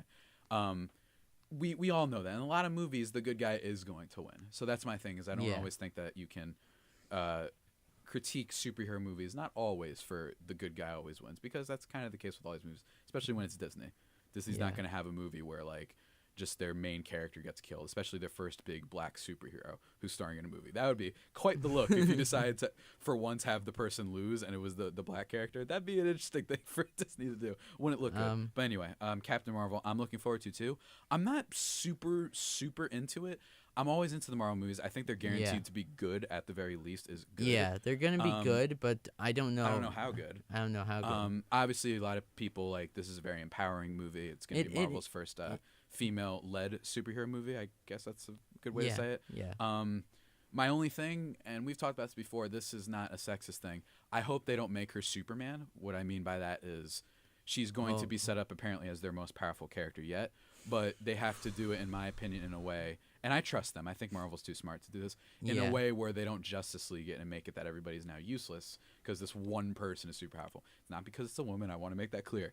That's cool. I like that they finally, because the dirty secret also is Marvel doesn't have a lot of female characters that are very famous. DC has Wonder Woman. It took them a while to make that movie. But it's more that, I think that Superman can be really interesting. But if you're just trying to make a movie about action type of stuff, it's really boring when there's this one dude who's invincible and basically everyone else is useless. I don't think they're going to do that. And based on the little trailers I've seen, she's just going to be like what Thor is right now, where she's really powerful. And she's probably the most powerful that we'll have in this universe. But not a game-breaking type of thing, per se. Yeah. No, I'm excited for it. Obviously, next up is March 22nd. March 22nd. Which is Us. Well, Jordan. Firstly, just to go over a couple things. March 15th, movie is Captive State, 5 Feet Apart, which is a romantic movie. Nancy Drew and the Hidden Staircase, and Wonder Park. Just some movies that are coming out on March 15th. But yeah, go on. The big one is Us. March 22nd. And that looks very complex and very interesting because for me, I love the idea of like it's going to be these twins that not exactly are them, but they are them. Yeah. It's kind of confusing. It's confusing. It looks scary and very twisted. Yeah. And it is very much a worthy follow-up, it looks like, to Jordan Peele's success, Get Out. Yeah. Anthony, did you see Get Out? Yes. Get Out is something, man. So are you like a horror fan? To be honest with you, I'm just like more with the, if I like it, I go for it, Yeah. You don't have a set genre. Yeah, I have a set genre. Okay, that's fair. I think that's how everybody should approach these things. Yeah. That's cool. But yeah, Us, looking forward to it. What's interesting about this movie, it was kind of only, not revealed, but it was only the first like trailer stuff only came out, was it Christmas? I saw that was a bold take. I love it. I love when studios do stuff like that. That was the best like Christmas thing ever because it's just I so cool. I looked at my Twitter for a second. I'm like, okay. Everyone's wondering what's the next. It's called Us and starring Lupita Nyong'o, one of the big actresses that we have. For those who don't know, she was in Black Panther as well, and also from 12 Years a Slave, where she won her Oscar. And then for them to do that on Christmas, interesting, really counterculture move by them. I'm just a fan of that. I like when studios do that. But yeah, I'm so looking forward to that. And then obviously more independent movie, which is Beach Bum, which just looks like really funny, which is Matthew McConaughey playing Matthew. I've heard of this. I've heard of this. I don't want to go into himself. I don't want to go into full detail because some of it is not appropriate. Yeah. But it just looks like a fun like 80s party movie. Right, absolutely. But mostly March 29th, you forgot another movie. Dumbo. Dumbo. So I'm a fan as long as they get rid of the racist caricatures from the original. I'm all in on Dumbo. I'm all in. If people haven't seen the things from Dumbo, just look up Dumbo racism and you'll find the character that was named Jim that was the animal of a crow. So you can look that up for yourself. Disney, dark history Disney has right there. Yeah. It's like you guys weren't even trying. You know what I mean? Like, at least try and hide. You know what I mean? I'm not saying try and hide your racism. That comes off really badly. I'm saying, like, they clearly didn't. They weren't even, like, accidentally messing up. It's like, oh, we're going to have this crow character who's a villain and his name's Jim. Like, what are you doing? Come on. Come on, Disney. Like, come on. But they'll fix that. It's starring Colin Farrell. It also has Michael Keaton, the Batman. Or former Batman, I should say. Love Michael Keaton. It looks cool. First trailer, when I saw it in the theater, got a little choked up. I don't even like Dumbo. I was like, oh, all right, like, free yourself. I just, for me, it just doesn't look as interesting as a certain movie which June, we'll get to later. in June, yeah, which looks way more awesome. I'm probably going to watch it in IMAX because I just want to see one scene in IMAX that's going to physically make me cry again. And it's just going to be like, oh, God. People aren't ready for that. They think they want that They movie. think they're ready for it. I don't think they actually want I don't think movie. they're ready for it. All right, But yeah. obviously April 5th is Shazam and Pet Sematary. Pet Sematary is the Stephen King novel that they're Remake. adapting. Remake / whatever. Remake. The original one came out in 1980. What a great title. I think that title's good. Pet Sematary. Pet Sematary is like about makes these. you not want to watch it about almost. About these interesting ritual Okay. where these people can come back from beyond, Interesting. and it's really. Some people said that in the second trailer they gave away the whole film. Okay. That's not good. If So no, don't watch the trailer for the second trailer. If you've then. seen like the original movie, Yeah. you know what's gonna happen based off the second trailer. Okay. All right. Well, I'm not going to see it because I'm not a big like horror guy. But Shazam. What's your take? I can't wait to watch this fun It looks all right. I'm movie. intrigued. I'm intrigued. It looks so much fun. It doesn't look like a DC movie in the fact that, one, it looks like it might be good. That's not a DC tagline. And two, that it looks really fun and upbeat. Yeah. I like Zachary Levi. And one of my I'm intrigued. I don't know if it'll be good. And the but guy I'm who intrigued. directed Annabelle Creation is behind this. Mm-hmm. So he's a pretty good director. I like Interesting him. Interesting director's choice, definitely. Because for me, like, he it's one of my favorite videos on YouTube. He did a whole documentary about how he directed Annabelle Creation. Right. That's pretty cool. And But that yeah, was- Shazam, it's like this character. Yeah. It's a boy who turns into a giant Superman-esque character. He's learning how to use his powers right now. So could be fun. Yeah. I don't know. I'm Next, DC's like making some okay movies lately. next so we'll up see. is April 15th, April 12th, April 12th. which is my boy is back in theaters. Who's that? Hellboy. Yes, it is. Mr. Hellboy. For those who don't know, the movies that came out back in the day, this is based off the Dark Horse Comics character.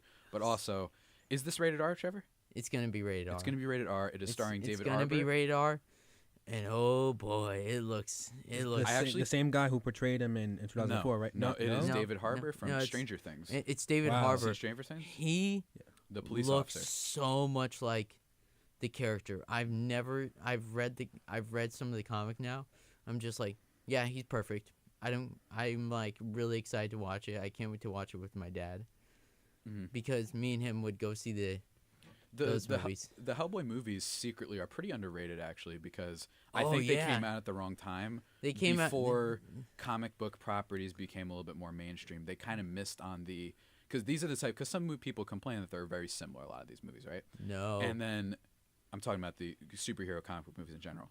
That they're really similar. Oh, and yeah, that they yeah. all carry more of a lighthearted approach. Most of them, not all of them. I think there's simplification that happened there. But the original Hellboy and Hellboy 2: The Golden Army. Trevor's smiling right now because he knows he's done something wrong because he's because- interrupting me. I'm sorry. That's what he knows. I'm yeah, that's sorry. right. Fear me. See, I learned my lesson earlier. Yeah, yeah. I don't. See, he learned quick. Trevor, he's not a fast learner. It looks like. Interesting. I'm just joking. Some around. resistance from Trevor. I'm over just here. joking okay, around. Okay. I know. I'm joking around too, dude. But for me, this is like a really exciting topic because I grew up loving these movies more than like they were kind Directed of by Guillermo del Toro, of course. They were kind of my first introduction to Guillermo del Toro. Mm-hmm. They were my first introduction to like proper comic book horror stuff. Mm-hmm. And they're weird, zany kind of creature movies, and I love Guillermo del Toro. I He loves love creatures, and I just respect that. But yeah, I'm looking forward to it. I for some reason haven't seen the trailer for this yet. I don't know why I haven't. It's awesome. I should. I saw the leak trailer when it first. So let's move on though, because we can't spend all day talking about this guy. Next up, Trevor, why don't you? Because you're the one that's just pulling up the schedule, apparently. So I'm just going to leave my thing alone. Like, you're in charge. The Curse of La Llorona, which is... Interesting, okay. This is the one with... who's in this again? I forgot. It is... It stars Linda... It stars an interesting cast. Mm-hmm. I don't know how to pronounce names. It's one of those things that I'm not good at. But it's basically based... From the producers of the Conjuring universe. Yeah, okay. it's basically based off a Spanish folklore. Okay. Interesting. I kind of know the story behind it because I kind of know about it from Halloween Horror Nights. Interesting. And this thing is like, it's a creature that haunts children. And it's really terrifying. I don't know how to explain it. It's so... Interesting. But, you know, I don't know a lot about horror movies, Trevor. Yeah. But you know what I do not also know about? That was a bad transition. Valentine's Day is tomorrow. No, it's not. Actually, somebody got messed up with the script. Don't know what to do? Try something creative. Stray away from the traditional restaurant and movie. Make tomorrow a day. Not tomorrow. Okay, of course. Somebody messed up here. Make that a day that will continue to stand out and that your special someone will always remember. Be creative, folks. That's another tip for you for WMC Loves Week. I like that we're doing like little tips every 20 minutes. It's interesting. I like it. So, move on, sir. So, obviously, the big movie in April, the biggest movie, and Is it The White Crow you're referring to? No. Or perhaps it is Breakthrough. Is that what you're referring to? It's the movie that we've been waiting for. It's the questions that we're finally gonna get answers to. It's Avengers Endgame. Right, the Avengers Endgame. I've heard of this before. Avengers Endgame. I've heard of the Avengers. We're finally gonna get all the questions answered. Here's the thing. From Infinity War. Here's the thing with this movie. I'm excited, obviously. You know I'm excited. A lot of people are. What I find fascinating about Avengers Endgame is that apparently it's going to be 3 hours. That's the new report. And apparently they're considering an intermission, which is weird. I don't actually think I don't want an intermission. I want to keep going. Keep going. I want to keep going. I want this movie to be 3 hours. I want to sit. I'm probably going to do a whole thing, but I'll be fine. Here's the thing. What I find interesting about this movie is if it's really as long as they say, and with everybody wondering how they come back from the events of Infinity War, spoiler alert, that a lot of people died, half the universe died at the end of that movie, that they're apparently only going to, in the marketing material, show the first 30 minutes of they'll only take clips that involve the first 30 minutes of a 3 hour movie, which is, to me, is fascinating. And it really opens up the potential for it, because these days it's really rare to have total surprise and stuff like that. So I'm excited. This is, to me, like the Super Bowl wasn't interesting. Mm-hmm. This is my Super Bowl. Mm-hmm. But I got you. But like for me, like the Avengers is gonna be. I don't know what it's gonna be like. I know it's gonna be very dark. I'm mentally preparing myself. For those who are mentally preparing themselves, think of Deathly Hallows and think of Deathly Hallows Part 1 and Part 2, and think of that. Multiply that by 11. And you'll get Avengers Endgame. Yeah, it should be really interesting. You're gonna get the darkest movie possible, and you're gonna be crying in theaters. I don't think I'm gonna be crying in theaters because I'm a man. Yeah. No, I'm kidding. So yeah, let's move on though. Just because I could talk about this movie for a while and all my theories and stuff, but we're only in May. We might not make it in time, Trevor. No. We might not make it throughout all the movies. It's Detective Pikachu. Detective Pikachu. When does that come out? May 10th. May 10th, huh? Pokemon Detective Pikachu. You know, I really have enjoyed all the people that gave this movie like some backlash when the trailer came out. Like everybody's too hard for Pokemon now. It's like, what are you talking about? You're gonna roll up with your squad and you're gonna be like, yeah, let's go watch the Pokemon movie. I want to see it. People are lying about it. I think it looks fun. I'm gonna get a Magikarp shirt for it. I think it looks fun though. Yeah. I'm interested. It's weird. It's an interesting choice to have Ryan Reynolds voice Pikachu, but I'm into it, and I think it's fun to see a live action Pokemon movie. And everyone who's out there saying, "Boo!" Like this looks whatever, man. I remember when I was 5 years old. Nah, don't act like you're too hard for Pikachu. All right, nobody's too hard for Pokemon. Anyway, move on, sir. So the next movie is Rocket Man and John Wick Chapter 3. Rocket Man's about Ellen John, right? Yeah. I'll definitely be watching that one. And John Wick Chapter 3. Parabellum.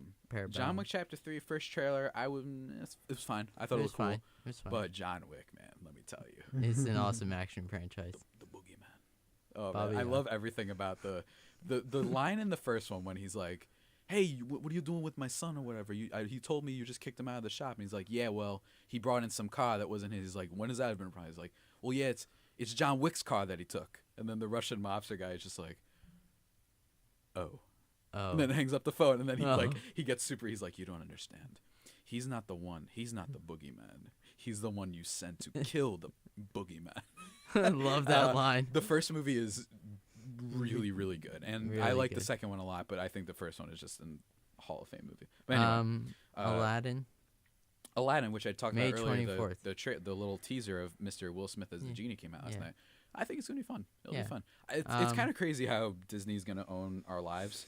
In every aspect of it, because every top 10 grossing movie this year will probably be from Disney, so that's kind of a problem. But Godzilla, King of All Monsters. Hold on a minute. Minecraft the movie? What? You're looking at. What am I looking at? I think you're looking at Minecraft the first movie.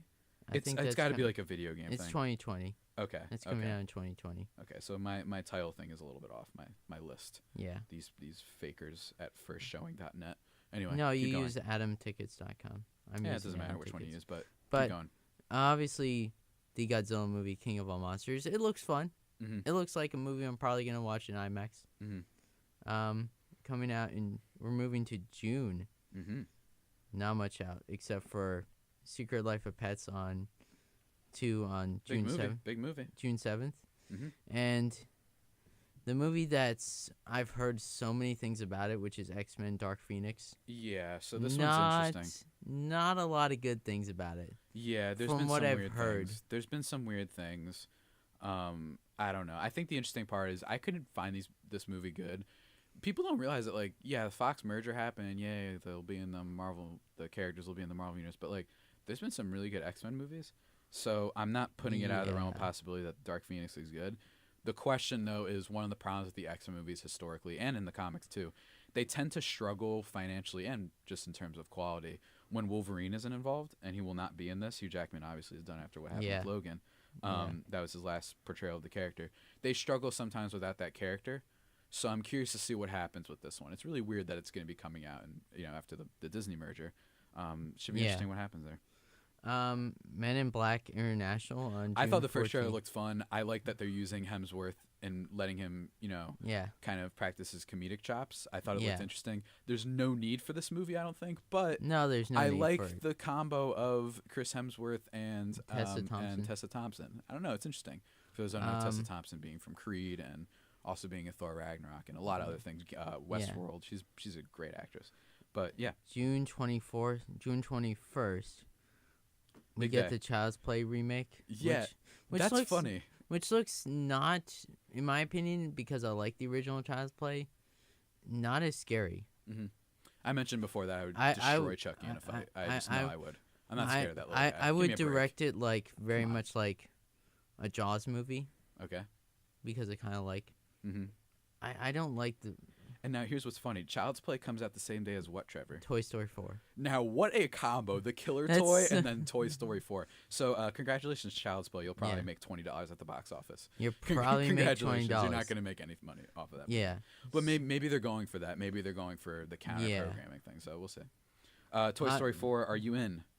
Or are you out? Yes, You're in?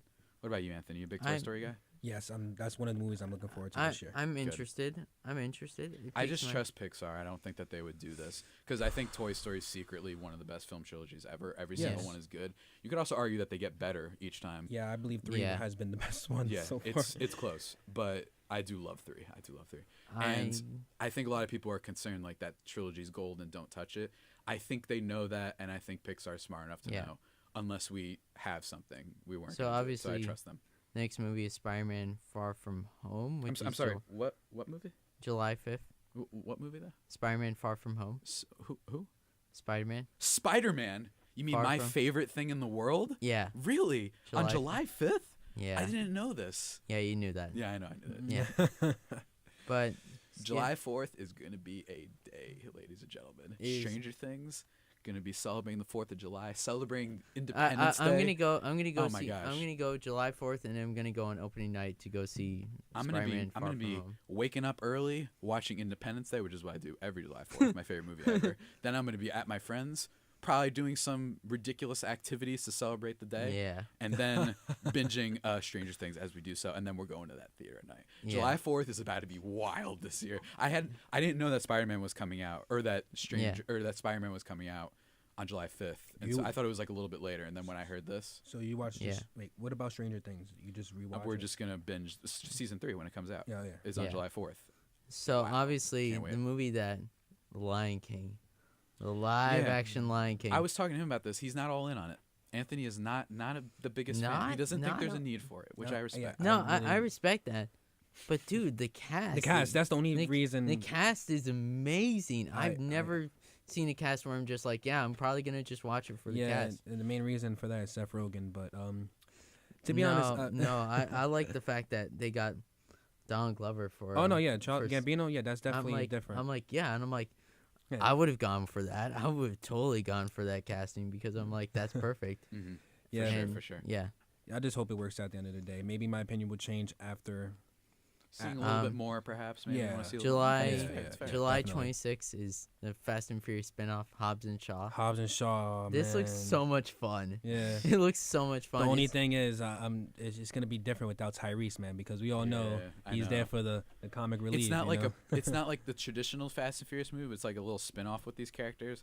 The Rock clearly just powered this into existence and told people love my character. I'm The Rock. Make this movie. For me, made it. No, they got an interesting director behind it. They got the guy who directed one of the directors of John Wick, and the guy who directed Deadpool 2. Mm-hmm.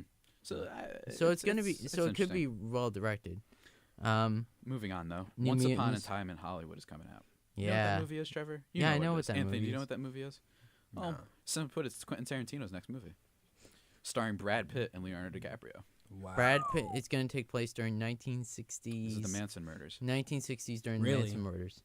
And so what's the plot? Margot Robbie is going to be Sharon Tate. The plot is a little bit kept under wraps right now, but it revolves around that time period of the Manson murders and Hollywood.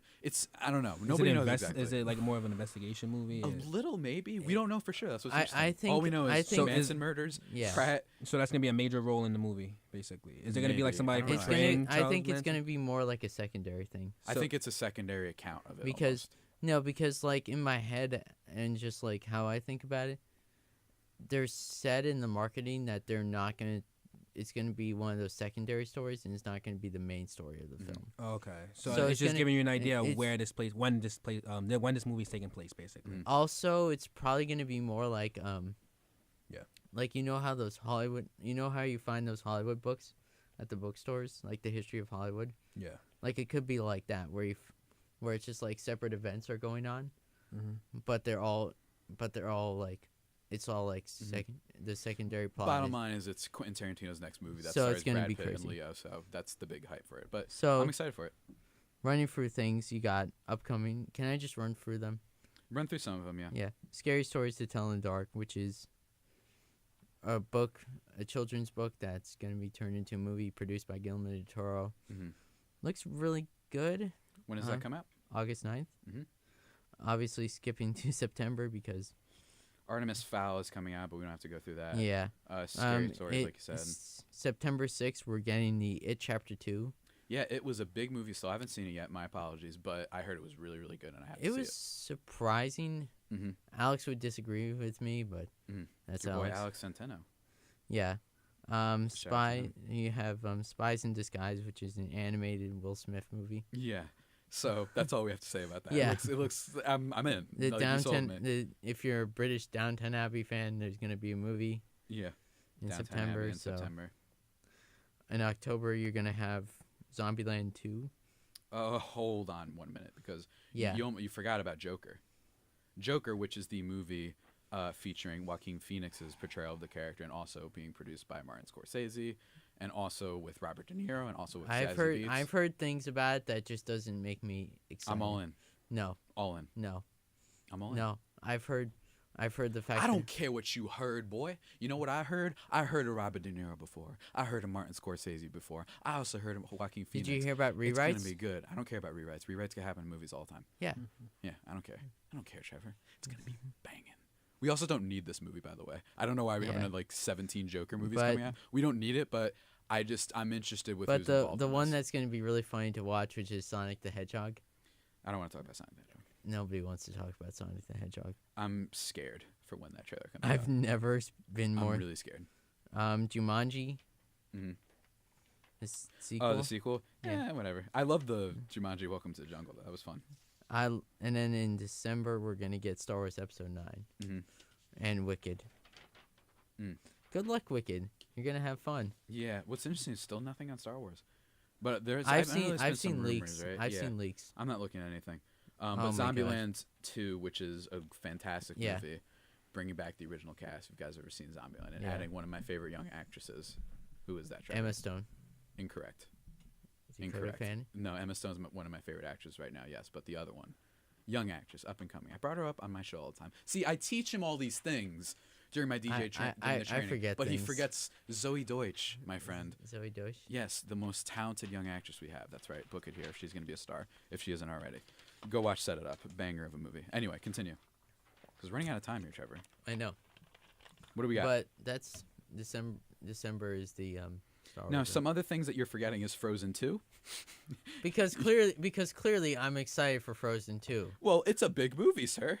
We said we were previewing the movies. Frozen, the first one, I don't know if you heard, made a lot of money. So Yeah, because a lot of it people like doesn't- Frozen. it And also, doesn't- Frozen's real good, and I will debate anybody on that. That's right. It doesn't I interest love me. Frozen. It doesn't interest me. Loved Frozen. Great movie. Great movie. Excellent movie. People like to bash on movies because they're popular sometimes, and that's what No, I think. There was like I this. don't There was like- like a counterculture when like a year after Frozen came out, where everybody's like, "Yeah, forget that movie, man. It's not actually good." It's like, all right, man, Frozen was good. I give you that. It's good. It just doesn't interest me. I know, but guess what? It's a big deal. You mentioned Jumanji. You mentioned Star Wars. It's basically it. There's a lot of other things. Little Women is coming out. If you don't know Yeah. what that is, Yeah. which me and Mr. Robert O'Connor, my beloved Robert O'Connor, who's not here today. Greta Gerwig directed. Greta Gerwig directing, also starring Timothée Chalamet, Saoirse Ronan, Yeah. and I believe one other person I'm forgetting. Emma Watson Yeah. is in it. Oh man, I'm in. I'm in. I know it's a See, it's I'm the more coming of age excited. I'm in the more aftermath excited of for Civil War. TV. Yeah, I'm more excited, but I'm That's me. excited for that one. Charlie's Angels they're doing as well. Wow. Who's casting? No idea. I- is I- this Kristen Stewart? it's. I feel Kristen- like Kristen Stewart's in this. And It I is. was right. It's Elizabeth Banks, Naomi Scott, and Kristen Stewart, directed by Elizabeth Banks as well. Whatever. I don't Okay, know. People what- have heard of Charlie's Angels before, but yeah. It's something, right, huh, Trevor? Yeah. Isn't it something? Sure. It is something, man. But yeah, that's basically it for our little deep dive there and some of the movies coming out this year. Trevor, Yep. you're leaving? You're heading Yeah. out, it looks like? Yeah. It's been an honor serving with you yet again for your coming on the show, just basically because you felt like it. I Yeah. appreciate it. It's a real, like he wanted to assert himself, and he's like, hey, like, I own this town now. You know what I mean? I don't have to tell you when I'm coming. I'm just there. I appreciate that, Trevor. I appreciate it. But It is nice having just you- sleep it with is- one eye open. You know what I'm saying? The gritty I'm quote. kidding. The gritty quote. Yeah, for sure. But yeah, guys, we can take a little bit of a break here. When we get back, we're gonna go over some things and also have a newscast, which Anthony reminded me of by waving his phone in the air because I forgot about that for a second. So yeah, stay tuned, guys. You're listening to 90.3 WMSC Upper Montclair. And what is up, everybody? We are back here on 90.3 WMSC Upper Montclair. But first, before we get into our next thing, every 20 minutes, we're giving a tip here for Valentine's Day. Finding the right place to take your date on Valentine's can be tough. Try somewhere you haven't gone before. Think of a place your special someone has talked about. If that place is out of your price range, get some friends to help you mimic that place in your own house. Remember, it's not always about how much you spend, but how much effort you put in. Wow, indeed. And saying wow over there is my new ADJ, Mr. Anthony Rios. Yeah, man. I'm gonna have to like take a picture of that after we go off the air to remember. Remember it? Yeah. Because it's a good tip, that's right? life. Yeah, It's a helpful It's thing. a life lesson, man. It truly is. Yeah. And that's one of my people. But that's not the only one who's talking live on air right now. We got another one. Oh, yeah, that's right, ladies and gentlemen. Calling in from an undisclosed location via Skype, is Mr. John Ostrowsky. How you doing, bud? Good, man. How are you? How you doing, man? You hear him? You hear him? Yeah, I can hear him. Yeah, undisclosed location, aka the middle of nowhere, Pennsylvania. So John's been on the show before. He really needs no introduction. You know what I mean? And I asked him to come on the show really late notice, actually. So thank you for actually being able to partake in the show today. We want to talk about basketball. Oh yeah. Which me and Anthony Talk here. some ball. Yeah. So John, Anthony is my new ADJ, and he's very similar to Mr. Jack Bartek, who you also talked to last semester. He was the man. Right. Unlike Jack, though, this man is a Rockets guy. He's a big Rockets guy. He's a big James Harden guy. Interesting. And what more? You know how he got into basketball? What was his guy? Amari Stoudemire. He was a big Amari Stoudemire fan. Yeah, man. I'm a big fan I of love that. Amari. Yeah, Amari's great. Yeah, Amari's great. I purchased goggles. I purchased his shoes, jerseys, shirts, name it. I had it. It was great. It was great. I was a big fan. We've been talking about basketball literally the entire time over the breaks and when we were waiting for you. But now we're going to talk about basketball more because the NBA is still pretty good, John. It's pretty good. It's a pretty good sport. It's really great. Depends how you look at it. Yeah, it depends how you look at it. But man, it's been a lot of fun. Now, here's the thing: where do you want to start? Because I think the optimal place to start with, just based off the last week, would be the trade deadline, right? Is that fair? Sure. Yeah, let's do it. So, trade deadline. Some of the biggest deals that happened. One of them was a little bit before the deadline, and that was my beloved Tobias Harris being traded. Not really beloved, but my beloved Tobias Harris being traded to the Sixers. Interesting. Both teams win. I think both teams win. I don't know how he fits with the Sixers necessarily, but I think he's good. Trust me, these past 2 games where he played, been good? he fits perfect. I know. I know Mike Cavalier, a friend of ours, me and John's. He's been losing it on Twitter lately with the Sixers, and he's been really he's been having some moments. He's making fun of Bill Simmons right now, actually. So what do you think of that trade, John? I mean, I love it for the Clippers. Yeah. I absolutely love it. They must have been convinced that he's leaving in the summer, which makes sense because he's going to have a big market. Mm-hmm. And, the Clippers have their eyes on bigger guys like Kawhi and KD. I like it for the Sixers, but I don't know. I think he's going to leave in the summer for them as well. So you think he resigns? He resigns. You think he resigns? Okay. Yes. I don't. Anthony not. thinks he resigns, not John. A little disagreement there. Can you hear Anthony right now? Yeah. Okay. For what reason do you think he will not resign? I don't think they're going to be able to afford him.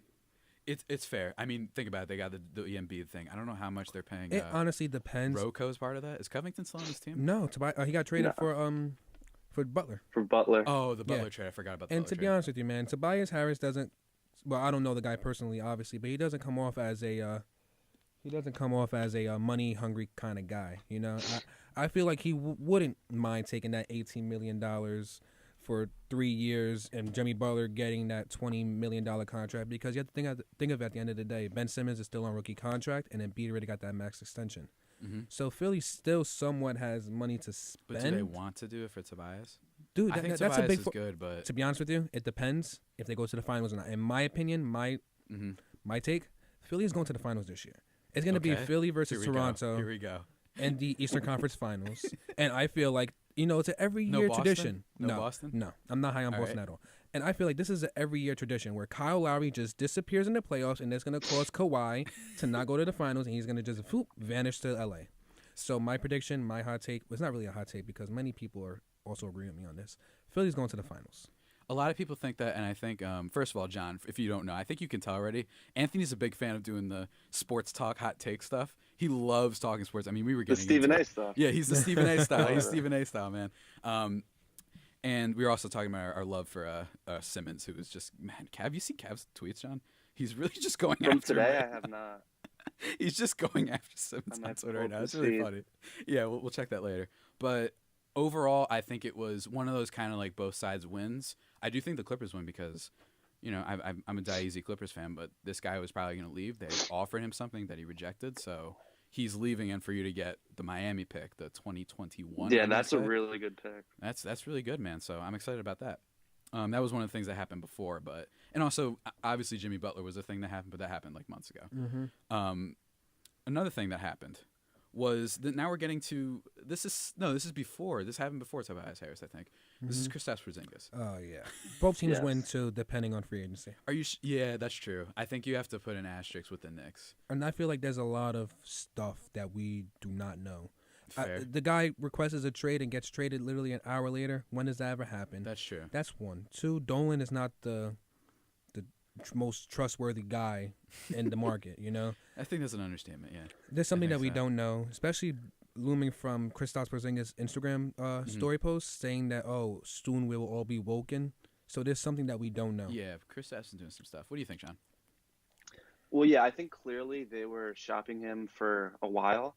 Mm-hmm. And then, he must have set up that meeting, or they set it up, and he said, I don't know what's good with this team. And they were just like, okay, word, peace. Yeah, maybe like you think that like they use that as a reason to finally drop him? Yeah, man. Yeah, definitely.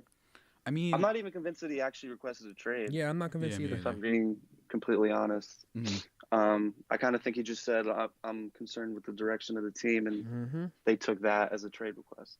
Which is strange. It's a really Knicks thing to do, but see, like when you look, I'm sorry, go ahead. You trade your young. This is probably one of the best players, or one of their better draft picks that they've had. The only one. Yeah, sure. I think it's their best pick since Ewing, honestly. Yeah, that's what people are saying. I can't think of another one. Easily. Yeah. What about Anthony Early? How did he turn out? Second round. You know what's funny, man? I don't mean to brag about this, but I have a tweet that I actually look at this guy plugging his Twitter already. I have a tweet. He's so comfortable. All right, I like it. I have this tweet that I tweeted. I have a screenshot of it. I tweeted this maybe 4 or 5 days before the 2015 NBA draft, and I said, hopefully the Knicks draft Kristaps Porzingis. I was saying no. You know how I followed? This is how I do my predictions. I said, I don't like this guy. And then when the fans were booing, I'm like, he's going to be good. I promise you that was my thought process. Yeah, and then they drafted him because, listen, not a lot of people don't know this about me. I have a soft spot for the Knicks. Really? When the Rockets don't make I don't know it. I really want the Knicks to succeed, you know? And I don't. And that looms John from me neither. And that looms from me being an Amari Stoudemire fan. You know what I'm saying? Because originally, that's fair. Yes, so I have a soft spot for the Knicks.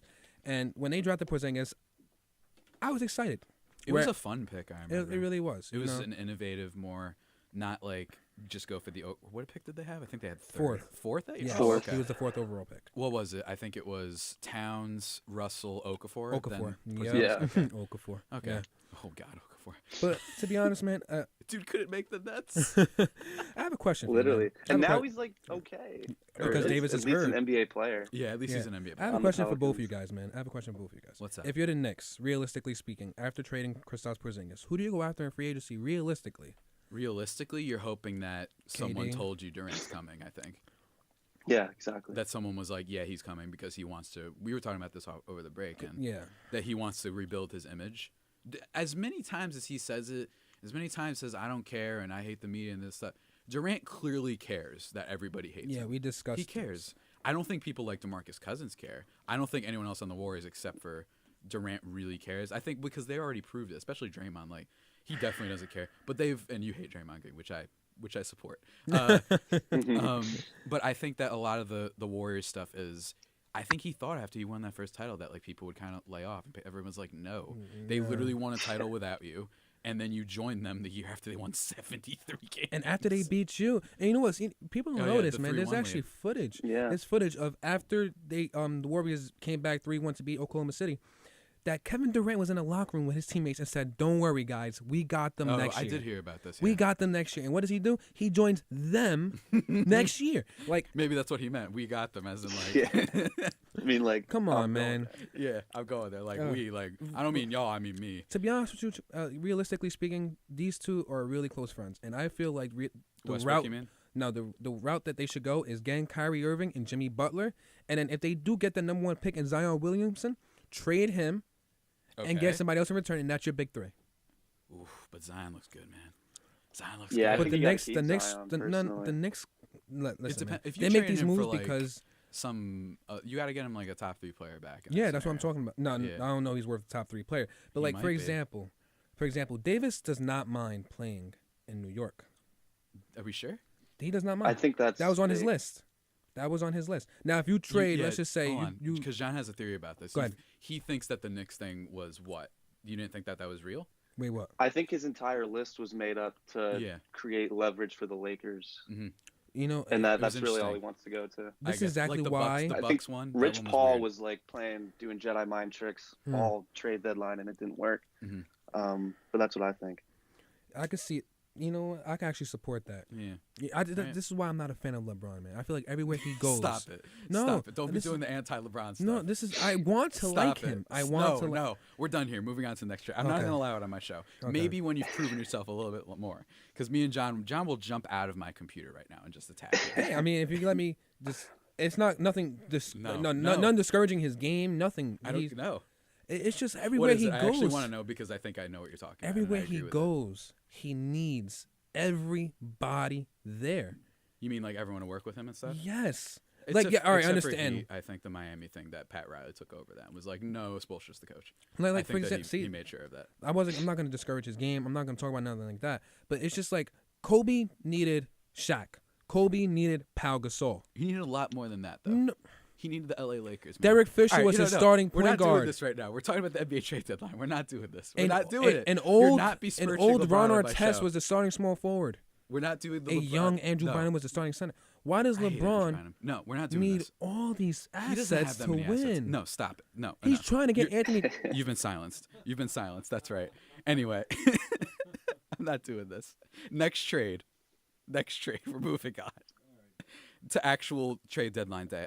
This is not a soft one, but like an actual like kind of important one. That is Marc Gasol going to the Raptors. What'd you think of that one? It's like a small thing. I don't understand why Valanciunas. I think Valanciunas has been doing the same thing since he was like 18. How long has he been? He's been in the league so long and hasn't really done anything 2011. different. He's just fine. I think he is what he is. I'm gonna be honest with you. Yeah. I don't think the Raptors should have gave up DeLon Wright. You don't think so? No, he played a major fact. That's why the Raptors had one of the best benches in the league. I'm not saying for him just specifically, but he played a major role. You think the chemistry thing or whatever? Yeah, the chemistry. I do like Mark though. I like Marc Gasol. Don't get me wrong, and he's way better than Valanciunas. It's definitely an upgrade. But do you slide? They're going for it. They're trying to just go for it. I think. And then they're trying to keep Kawhi. Yeah. I'm not buying that Kawhi is definitely leaving, although he did just buy a house in LA recently. Exactly. So we'll see. Although I still just don't trust players who, aside from LeBron, that we're supposed to just assume that they know what they're doing a year from now. Look at Paul George. Like I just think that like we gotta wait a little bit. But that one was reasonably big. I mean, it's a bigger threat to the Sixers and Celtics, like for them to improve. Ibaka's been better this year, I know. Yeah, I've been Pascal following. Siakam is different, man. Yeah, they've got a good team. It'll definitely be a fight, and I'm curious. Hey, as someone who loves LeBron, I do think it'll be fun to see that there's a potential that it won't be him in the Eastern, like coming out from the Eastern Conference this year. I think that's kind of cool. Like knowing the league today, somehow like, it won't be a LeBron team. I mean, the Lakers could somehow beat the Warriors, but I'm just saying like.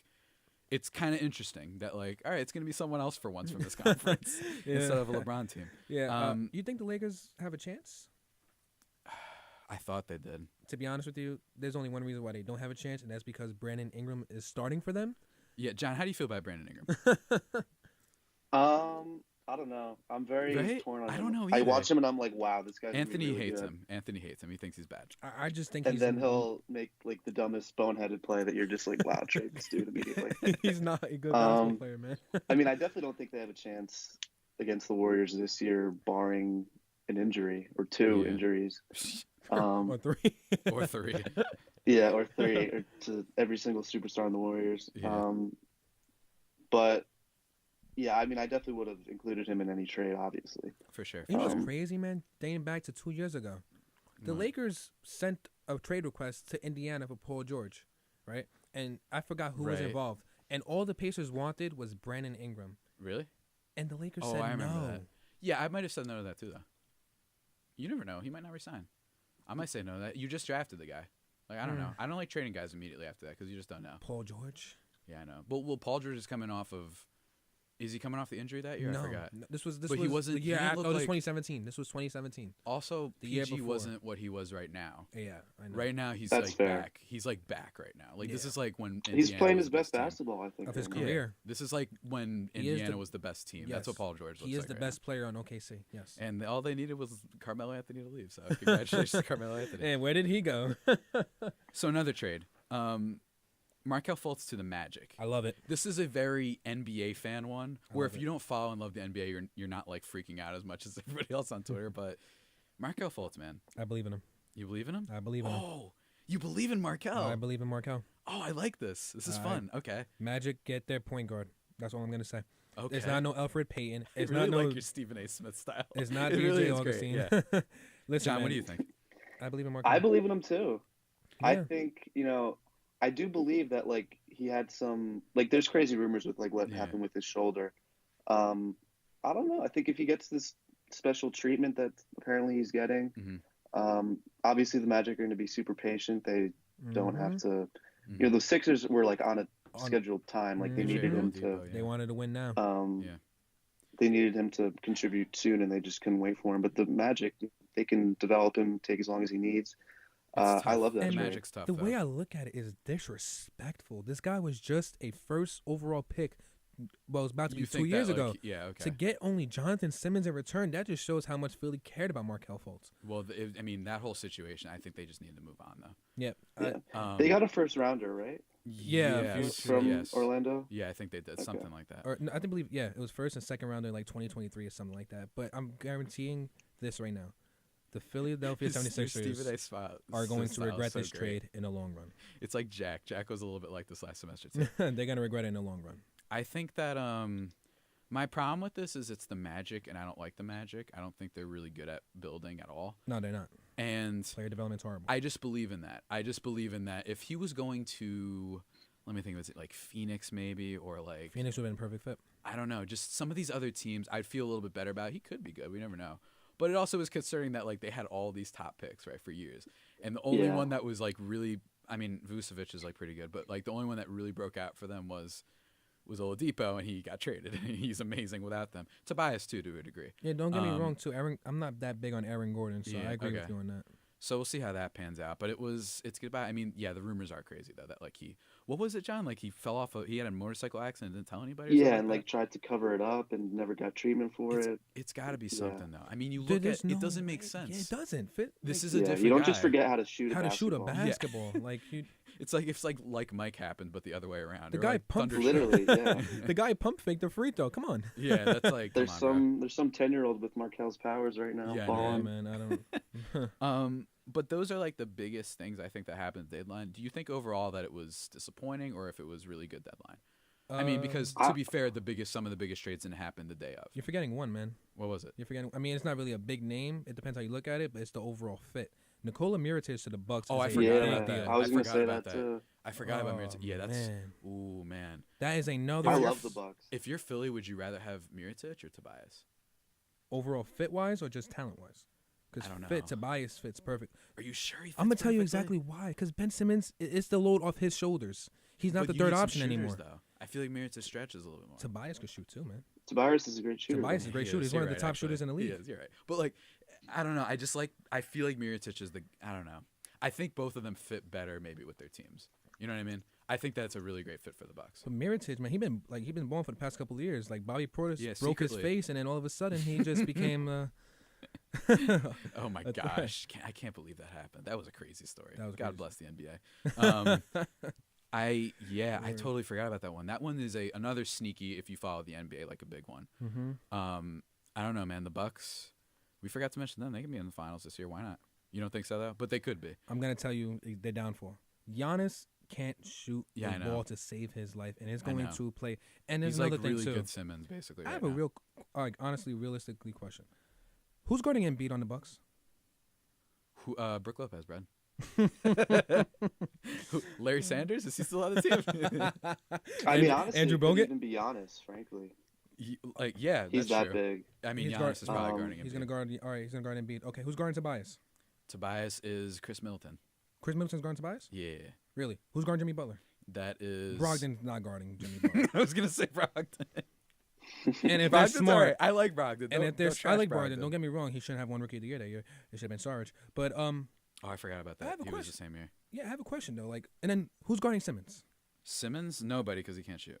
Okay, then he's gonna just clear out and then have Bledsoe on the post throughout the whole game. Philly's too big to lose. I'm sorry. Because their downfall will be. We forgot about Bledsoe. Bledsoe can guard someone. Their downfall will be Ben Simmons shooting the 3, but guess what? Same thing can be said for the Milwaukee Bucks. So any reason why you guys think Philly can't win, Milwaukee's going to go through the same thing. I think that the reason it might happen is because they should have beat the Celtics last year and then decided to turn over the ball 17 times in 1 minute. So I don't know. I'm kind of buying the Bucks a little bit. I have to think. Me too. Really I fun. love their it's coach, fun though. dude. I love Mike Budenholzer is the that top was a great 3. hire. Budenholzer is amazing. He's a probably top gonna 3 win coach. Coach of the Year, right? Top 3 coach He's in the got league. Coach of the Year. It's like him or no, it's probably him, right? Yeah, or it's the Nets Budenholzer. have like a funny hipster Bro, thing Kenny. going for them, but Kenny yeah. Atkinson. Yeah. Yeah, he could do something, but they're 7th, so I think they're gonna give it. I give props to Budenholzer because the Bucks man. were like what 6th last year, now they're 7th or 1st. First. Basically, Yeah, just they're for first. They're not going to making a finish coaching first, change, though, essentially. but- We'll see what happens. But that's it for the basic trades. Now, I was upset about something. What? Here's the thing. I brought up High Flying Bird, which I saw, and that came out really smartly, I think, on the day of the trade deadline. What I did not know that this All-Star draft was going to be the same day, and I didn't get a chance to really watch it. But John, I think you said that you did, right? Oh, the I draft? tuned in, man. How was it? How was it? The draft? Yeah, It was Yeah, fun. I tuned was in fun? too. It was fun. I didn't like it. You didn't like it. Okay, No. so we have someone who didn't like it No, and like. due to the simple fact that the MVP frontrunner was disrespected. Okay, I didn't appreciate Okay, yeah, that. Harden did get picked pretty He late. did get He did get- disrespected low key. Yes, he or really high did. key actually. The only person that was picked under him was Kemba Walker. No disrespect to Kemba. Cardiac Kemba is having a great year. But Harden should have been picked maybe after Durant and after Curry. This is great. I think I don't know. I mean, everyone's really now. I know the popular thing is that you look at LeBron's team; it's all free agent. Literally all of them. He took every single one.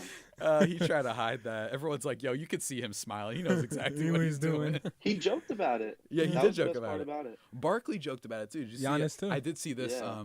Where he said, "Oh, you know what Giannis should do is he should trade all of his bench players for Anthony Davis." I was laughing at that, and LeBron was sick after that. He's like, Oh. "Charles, I'm gonna have a word with you after this." But I think that it was. I don't know why they didn't do this last year, because the NBA world, NBA Twitter, and all that stuff, they love dumb little things like this. Like, let's televise. Oh, like James Harden got disrespected, and Kemba and all these things. I think that's really fun. Yeah, it is. It was cool that they finally did it. I'm really upset that I didn't see it. I didn't understand why they did the same thing as the deadline. I'm not sure why exactly they did that. I felt like you were doing overkill for that part. But maybe I just wasn't paying attention and I was doing something else. I don't know. Yeah, I'm not sure why, Mhm. but it was fun. It was fun. And I gotta somehow, watch it. some way, Is it on LeBron. YouTube or anything like that? I gotta check. Yeah, it is. It's actually. You on can YouTube. definitely find clips. It of is on All YouTube. right, The I'm whole gonna thing's probably on watch YouTube. it. I'm gonna probably watch it. LeBron still managed to try to. He actually found a way to trade one of his players. Oh, he did. You're right. You're right. He Yeah. did. It was Ben Westbrook. Simmons, right? Yeah, he traded Westbrook for Ben Simmons, and I don't blame him. I would do the same thing. Maybe he realized I don't want to have Durant and Westbrook on my team. Now Westbrook and Embiid are on the same team. That's gonna be funny. Oh, Yeah. Oh, Embiid tweeted right yeah. after, like, "Oh man, Yo, they legitimate. I mean, I they think they hate each other." I've never seen an athlete play more angry than Russell Westbrook does. He just looks like somebody like beat up his entire family before the game and he has to Yeah. avenge them. But I think that's what we need in basketball, man. We need these rivalries similar to like football. Like whenever you watch the Rams versus the Ravens, you're gonna have Crabtree versus Talib. That's a feud to always look forward to. Yeah. Basketball needs that. I'm not trying to say the physical violence is needed, but just the overall you need big a little game bit. feel. I think there's some Like- feuds, but I think also another thing is that We can't. I depend think on it depends because it's like it switches a lot. Where like Pacers Heat was a rivalry for a little bit, Prime but then example, it changed This you know what I year, mean? this year, the brawl Warriors between Cavs. I think, the for an brawl example. between the Rockets and Lakers when Ingram snuck Chris Paul snuck Rondo. I have a question. I love Chris Paul. How many people were looking forward to that second game this year? Yeah, that's true. A lot of people. That's what we need. We need these games to look forward to. We can't depend on OKC and Philly every single time. Yeah, I feel you, man. But Yeah. Another thing, I just want to talk about really quickly about Anthony Davis, I think, just in general. Yeah. How the whole thing went down. Now, John, we were talking about this. We also mentioned how we don't want the Knicks to get, like, star free agents just because it feels like they're not earning it. And it feels like they're only going to go there just because people want to save the Knicks and they want to play them. Unlike places like, Brooklyn and the Clippers, a bias, but still. Like, at least it feels like they've earned it a little bit more. Same thing with the Lakers. The Lakers just got LeBron because they're like, hey, it's LA. And then they were like, oh, yeah, cool. And that feels like that was kind of it. With the Anthony Davis thing, what happened, dog? Because this is like, they basically, Rich Paul really was trying to, like, I know I saw a tweet that was like from Jason Concepcion of The Ringer, who was like, Rich Paul is trying to find a way to split his soul in two to get the Horcruxes. I think you sent me that. That was hilarious. Yeah. Anthony Davis is probably bummed right now. It's the Pelicans management being hard-headed, man. Would you have taken that Lakers trade? Yes. They strongly believe that they could get Jason Tatum in that trade. And the thing is, Anthony Davis doesn't want to play for Boston, but you think New Orleans management cares about that? You think Danny Ainge cares about that? He would try to find a way to lure him to Boston to re-sign. I might have taken the trade. I would have taken it. Are you kidding me? You get Lonzo, you get stuff. Ingram. How you feel Kuzma. about Lonzo? I'm high on Lonzo. What about you, John? I mean, I'm not. I don't hate him now, but I'm not sure. He has some really glaring red flags. For me, it's the free throw thing. How do you get worse at free throws? Like, what happened? Like, doesn't make a lot of sense. To be honest with you, man, I feel like everyone should take a playbook out of DeAndre Jordan. Oh yeah, that's true. The guy literally acts as his whole team, like whoever's on the line, who you got, and then shoots the free throw. And once he found out that it works for him, he's improved greatly. Better. Yeah, he's gotten a little better. Yeah, but it's like you're a point guard, bro. Like, you shouldn't be missing this. Yeah. Hey, pretty sure you know Jason Kidd wasn't the best shooter when he came out. I know, but you're also comparing him to Jason Kidd. You got to be careful with that because you're then saying, oh, well, he'll just be one of the great point guards of all time then. Like, it's like, you got to be careful with that. But it is true that you don't know. I do like Lonzo's defense, and I think he cares. My God, full court pressing by himself. The guy, he could do it. That's secretly really hurting them. Even take out the offense that he is kind of lacking. Like, the Lakers, like, kind of need secretly, like, Lonzo back for the defense right now. Yeah, and like, the defense yesterday was non-existent. Yeah. So what else, John? What else do you want to talk about with basketball? It's still great. It's still a great sport. I want to know what you guys think will happen with AD in the summer. You think he'll be a Celtic? Because Ainge clearly has, like, told the Pelicans, like, just wait till the summer and we'll give you, like, a good package revolving around Tatum. Mm-hmm. But it's also Danny Ainge. He could just be like, "Oh, psych, no, we're just gonna trade you Marcus Smart and picks." Do you know what I really want to happen? I want AD to go to the Celtics and Kyrie leave. I would love that. Ooh, I would love that. That's juicy. I like that take. That'd be crazy. Yeah, I would love that too. Honestly, and as someone who hates Boston with a burning passion, just because we both do, don't we? Oh yes, I'm pretty sure we all do. Nothing better. Just to see them go through all of that. Trade away Tatum, who I believe is overrated, but I'll say that for another day. Jaylen Brown, who has gone worse. Trade all these players for somebody who you plan to partner up with your superstar point guard. You get him, and the point guard leaves. Yeah, that would be like. And then AD leaves after a year. And after a year, and they have to restart. So y'all were out here with your treasure trove of assets for like 6 years, and then you just lost everybody. But you have Gordon Hayward, though. Congratulations. And Marcus Morris. Yeah, and Marcus Morris. And Al Horford, who I wouldn't watch a highlight package if I was paid to do it. Yeah, for sure. Yeah, But he's good, though, to be fair. Al Horford's good, but he's not exciting. He's not exciting at all. Let me see 1 second here. Where am I? All right, anyway. I do think that I think that this situation was just weird, man. They handled this wrong, I think. Like, they should have accepted it, especially when they included Zubac in it. No, I'm not even talking about the Pelicans. I'm just saying in general, like, clearly, because all these things got out. Ugly. It got ugly because now all these players in the Lakers just know that you hate them. And he's like, and the thing is, too, the fans of New Orleans don't even want him. They booed him out of the arena. Yeah, they did. Which is, in this case, I think understandable. If you're going to be this public. But I did think it was funny. I think Concepcion might have tweeted this, too, where it was like, at the beginning of the year, LeBron had that moment where he's like, when your brother falls, you pick them up. And then he had and take them to New Orleans.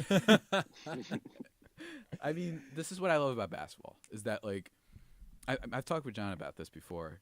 I think, like, the 9th most interesting thing every year is who wins the title, at least right now. Yeah. Where I think it's fun talking about NBA Twitter and the trades and random beefs and whatever Joel Embiid tweets.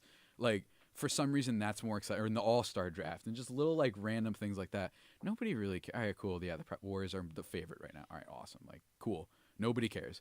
People are more interested in free agency. They're more interested in why is Durant barking at the media. They're more interested in why LeBron is kind of questionably defending Harrison Barnes. I didn't get that, really.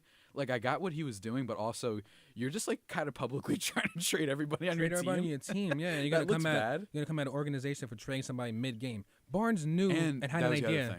He had an idea and he decided to play anyway. So that I respect that. So I was like, all right, LeBron, like chill out, bro. Like, you can get on the Isaiah Thomas thing, which I think everyone's hoping. that I guess that's the prevailing theory, that the Isaiah Thomas karma is what's going to undo the Celtics. Like, did they make the right move? Yeah, like Kyrie's better. But also, did you also just give yourself really bad karma and now you're going to lose everybody? That'd be pretty good. Horrible. That'd be great. Hey, you know who I feel is going to go through the same thing? As much as I don't want it to happen to them? Toronto. Why? With DeRozan? DeRozan. A man that was loyal to your franchise, win or lose. You could go it's 12 not not as bad as the Isaiah thing, though. Isaiah was like hurt and his sister died and carried you through the playoffs. That was heartbreaking. That was tough. That was the one time I was rooting for the Celtics, to be honest with you. That's fair. And he came out the day after and dropped 57 points. Yeah, that was wild. Gosh. All respect, man. Celtics are whack. Celtics are whack. And I've been on this too. I know, John, I don't know how you feel about Tatum. I've just always felt like interesting prospect. He's good. Good prospect. I don't think it's like you cannot trade him for Anthony Davis. Thank you so much. Thank I'm you. like, somebody that like sees Anthony Davis. He's good. He's pretty good at basketball. Like, I don't understand. And then you have all these Celtics fans, man. Like, Celtics we're not giving up Tatum. We're not giving. Okay, keep Tatum. Davis, go somewhere else. Like, I think John could attest this to how we always get that report after a trade happens that the Celtics were involved, but the other team was asking for too much. Yeah. All the time. So yeah, that's the thing on Davis. Now, John, I'm gonna let you gush about the Nets for a little bit because I know you want to. Oh, please. Go. Kenny Atkinson is the best coach in the league, honestly.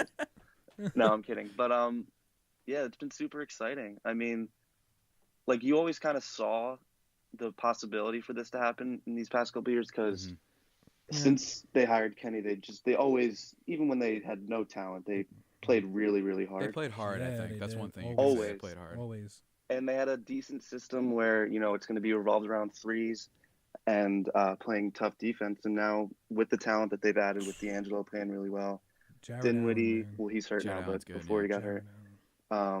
LeVert's back now. It's really exciting. Mm-hmm. It's rare.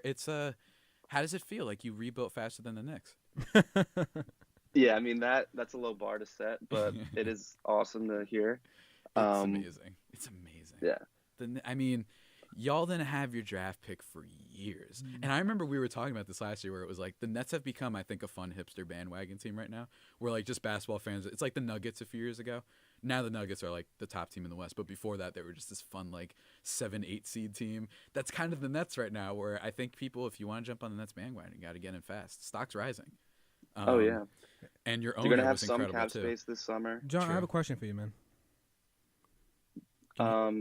Sean Marks, their GM, has done an incredible job. He may be the executive of the year, honestly. What's your question? I have a question, man. Do you want D'Angelo Russell re-signed? Yeah. He's in on D'Angelo Russell. I gotta watch him more. For the record, I've watched him. He plays weird. Is it just me or his handling like strange, like with the ball? It is weird. Slow. It is weird. It It's looks like slow herky and jerky. it's like Yeah. it's like me playing basketball basically. But I'm not trying to compare like methodical. myself. Yeah, it's like weird. Like I'm a fan, and I think he does have the like a good attitude about him, where he's got like that competitive like I'm gonna like take over right now. I think that's important, especially with a guy who was behind. Unfortunately, Kobe Bryant for like a year, which nobody likes to talk about how that last year. Getting was just, this idea that you're not a Kobe fan. No, I'm not a Kobe fan. I respect him, but just the same way you're maybe, not a Kobe fan, I'm not a LeBron fan. So I don't know, just maybe don't like create this idea that you were always super clutch all the time, and that you're just gonna stand in front of these young players, tell them what to do, but you're shooting 30% from the field. And I don't know. I think you know what you have to learn about Kobe Bryant. Look at how Tim Duncan retired and look how Kobe Bryant retired. That's all you need to know about Kobe Bryant. Tim Duncan had Kawhi Leonard. No, I'm not talking about what he played with. I'm just saying Tim Duncan just has his little random press conference. I'm retired. Kobe Bryant's like, I'm going to take every single shot this game. I mean, like don't get me wrong. You're allowed to do it. Year. Yeah. It's just, all right, come on, Kobe. I don't hate him, but, you know. But, yeah, any final thoughts, John? One small question that I've been asking myself. Mm-hmm. Is Luka the best rookie you've ever seen? Me? Yeah, me. I think there's been some others. I think he is. I mean, he just takes over, and he's good without the ball, too. Yeah. I just don't want Congratulations to Dallas being not a dumpster fire, but, like, not in good shape. Now they have some off-court things that they have to figure out, too, with the whole their situation with harassment. Their workplace. Their honestly, workplace. But they come back from having nothing to all of a sudden they have Luka and Kristaps Porzingis. And money Not for bad. the offseason. Yeah, and money for the offseason. And this might actually make both you, well, John happy since he's a Nets fan. I honestly strongly believe that if somehow, some way, the Nets face off against the Celtics in the first round, really, you guys have a chance. Really, you think yes. so? Wow. Yes. That's fun. I can't wait. I can't wait for the That is playoffs. super fun. I I don't even know if I could say that. No, I'm not high on the Celtics, man. I'm just not. You're just not. No. I'm worried if I thought the Celtics would lose, I'd be worried about Kyrie though. Oh. I'm just wondering if he's like, nah, like I'll just win the series myself. Like if he was like not playing well, maybe I'd feel better, but I just think he's gonna be really crazy in the playoffs. I can smell it. But yeah, that's about it. That's about it for the show, guys. As we're approaching the almost at the top of the hour, 1:00. That about does it for today's edition of the Digital Dash. Remember that you can always tune into the show every Monday from 10 to 1 p.m. here on 90.3 WMSC Upper Montclair or the iHeartRadio app. John, it's been a pleasure talking to you, bud. You too, man. Appreciate Yeah, for sure. it. I'll see you around for our super villain draft when we do that next week. Or the week return after. is going to be crazy. It's going to be great. All right, I'll see you around, bud. Yeah, thank you. But as always, to close things out, it's Journey with separate ways, worlds apart. Remember, everyone, never accept the world for what it appears to be. Dare to see it for what it could be. I'm Javier Reyes, and I hope you guys have a great rest of your day. Peace out. Bye. You want to say anything, Anthony? No, man. Thank you. No, you're good. All right. See you later, guys.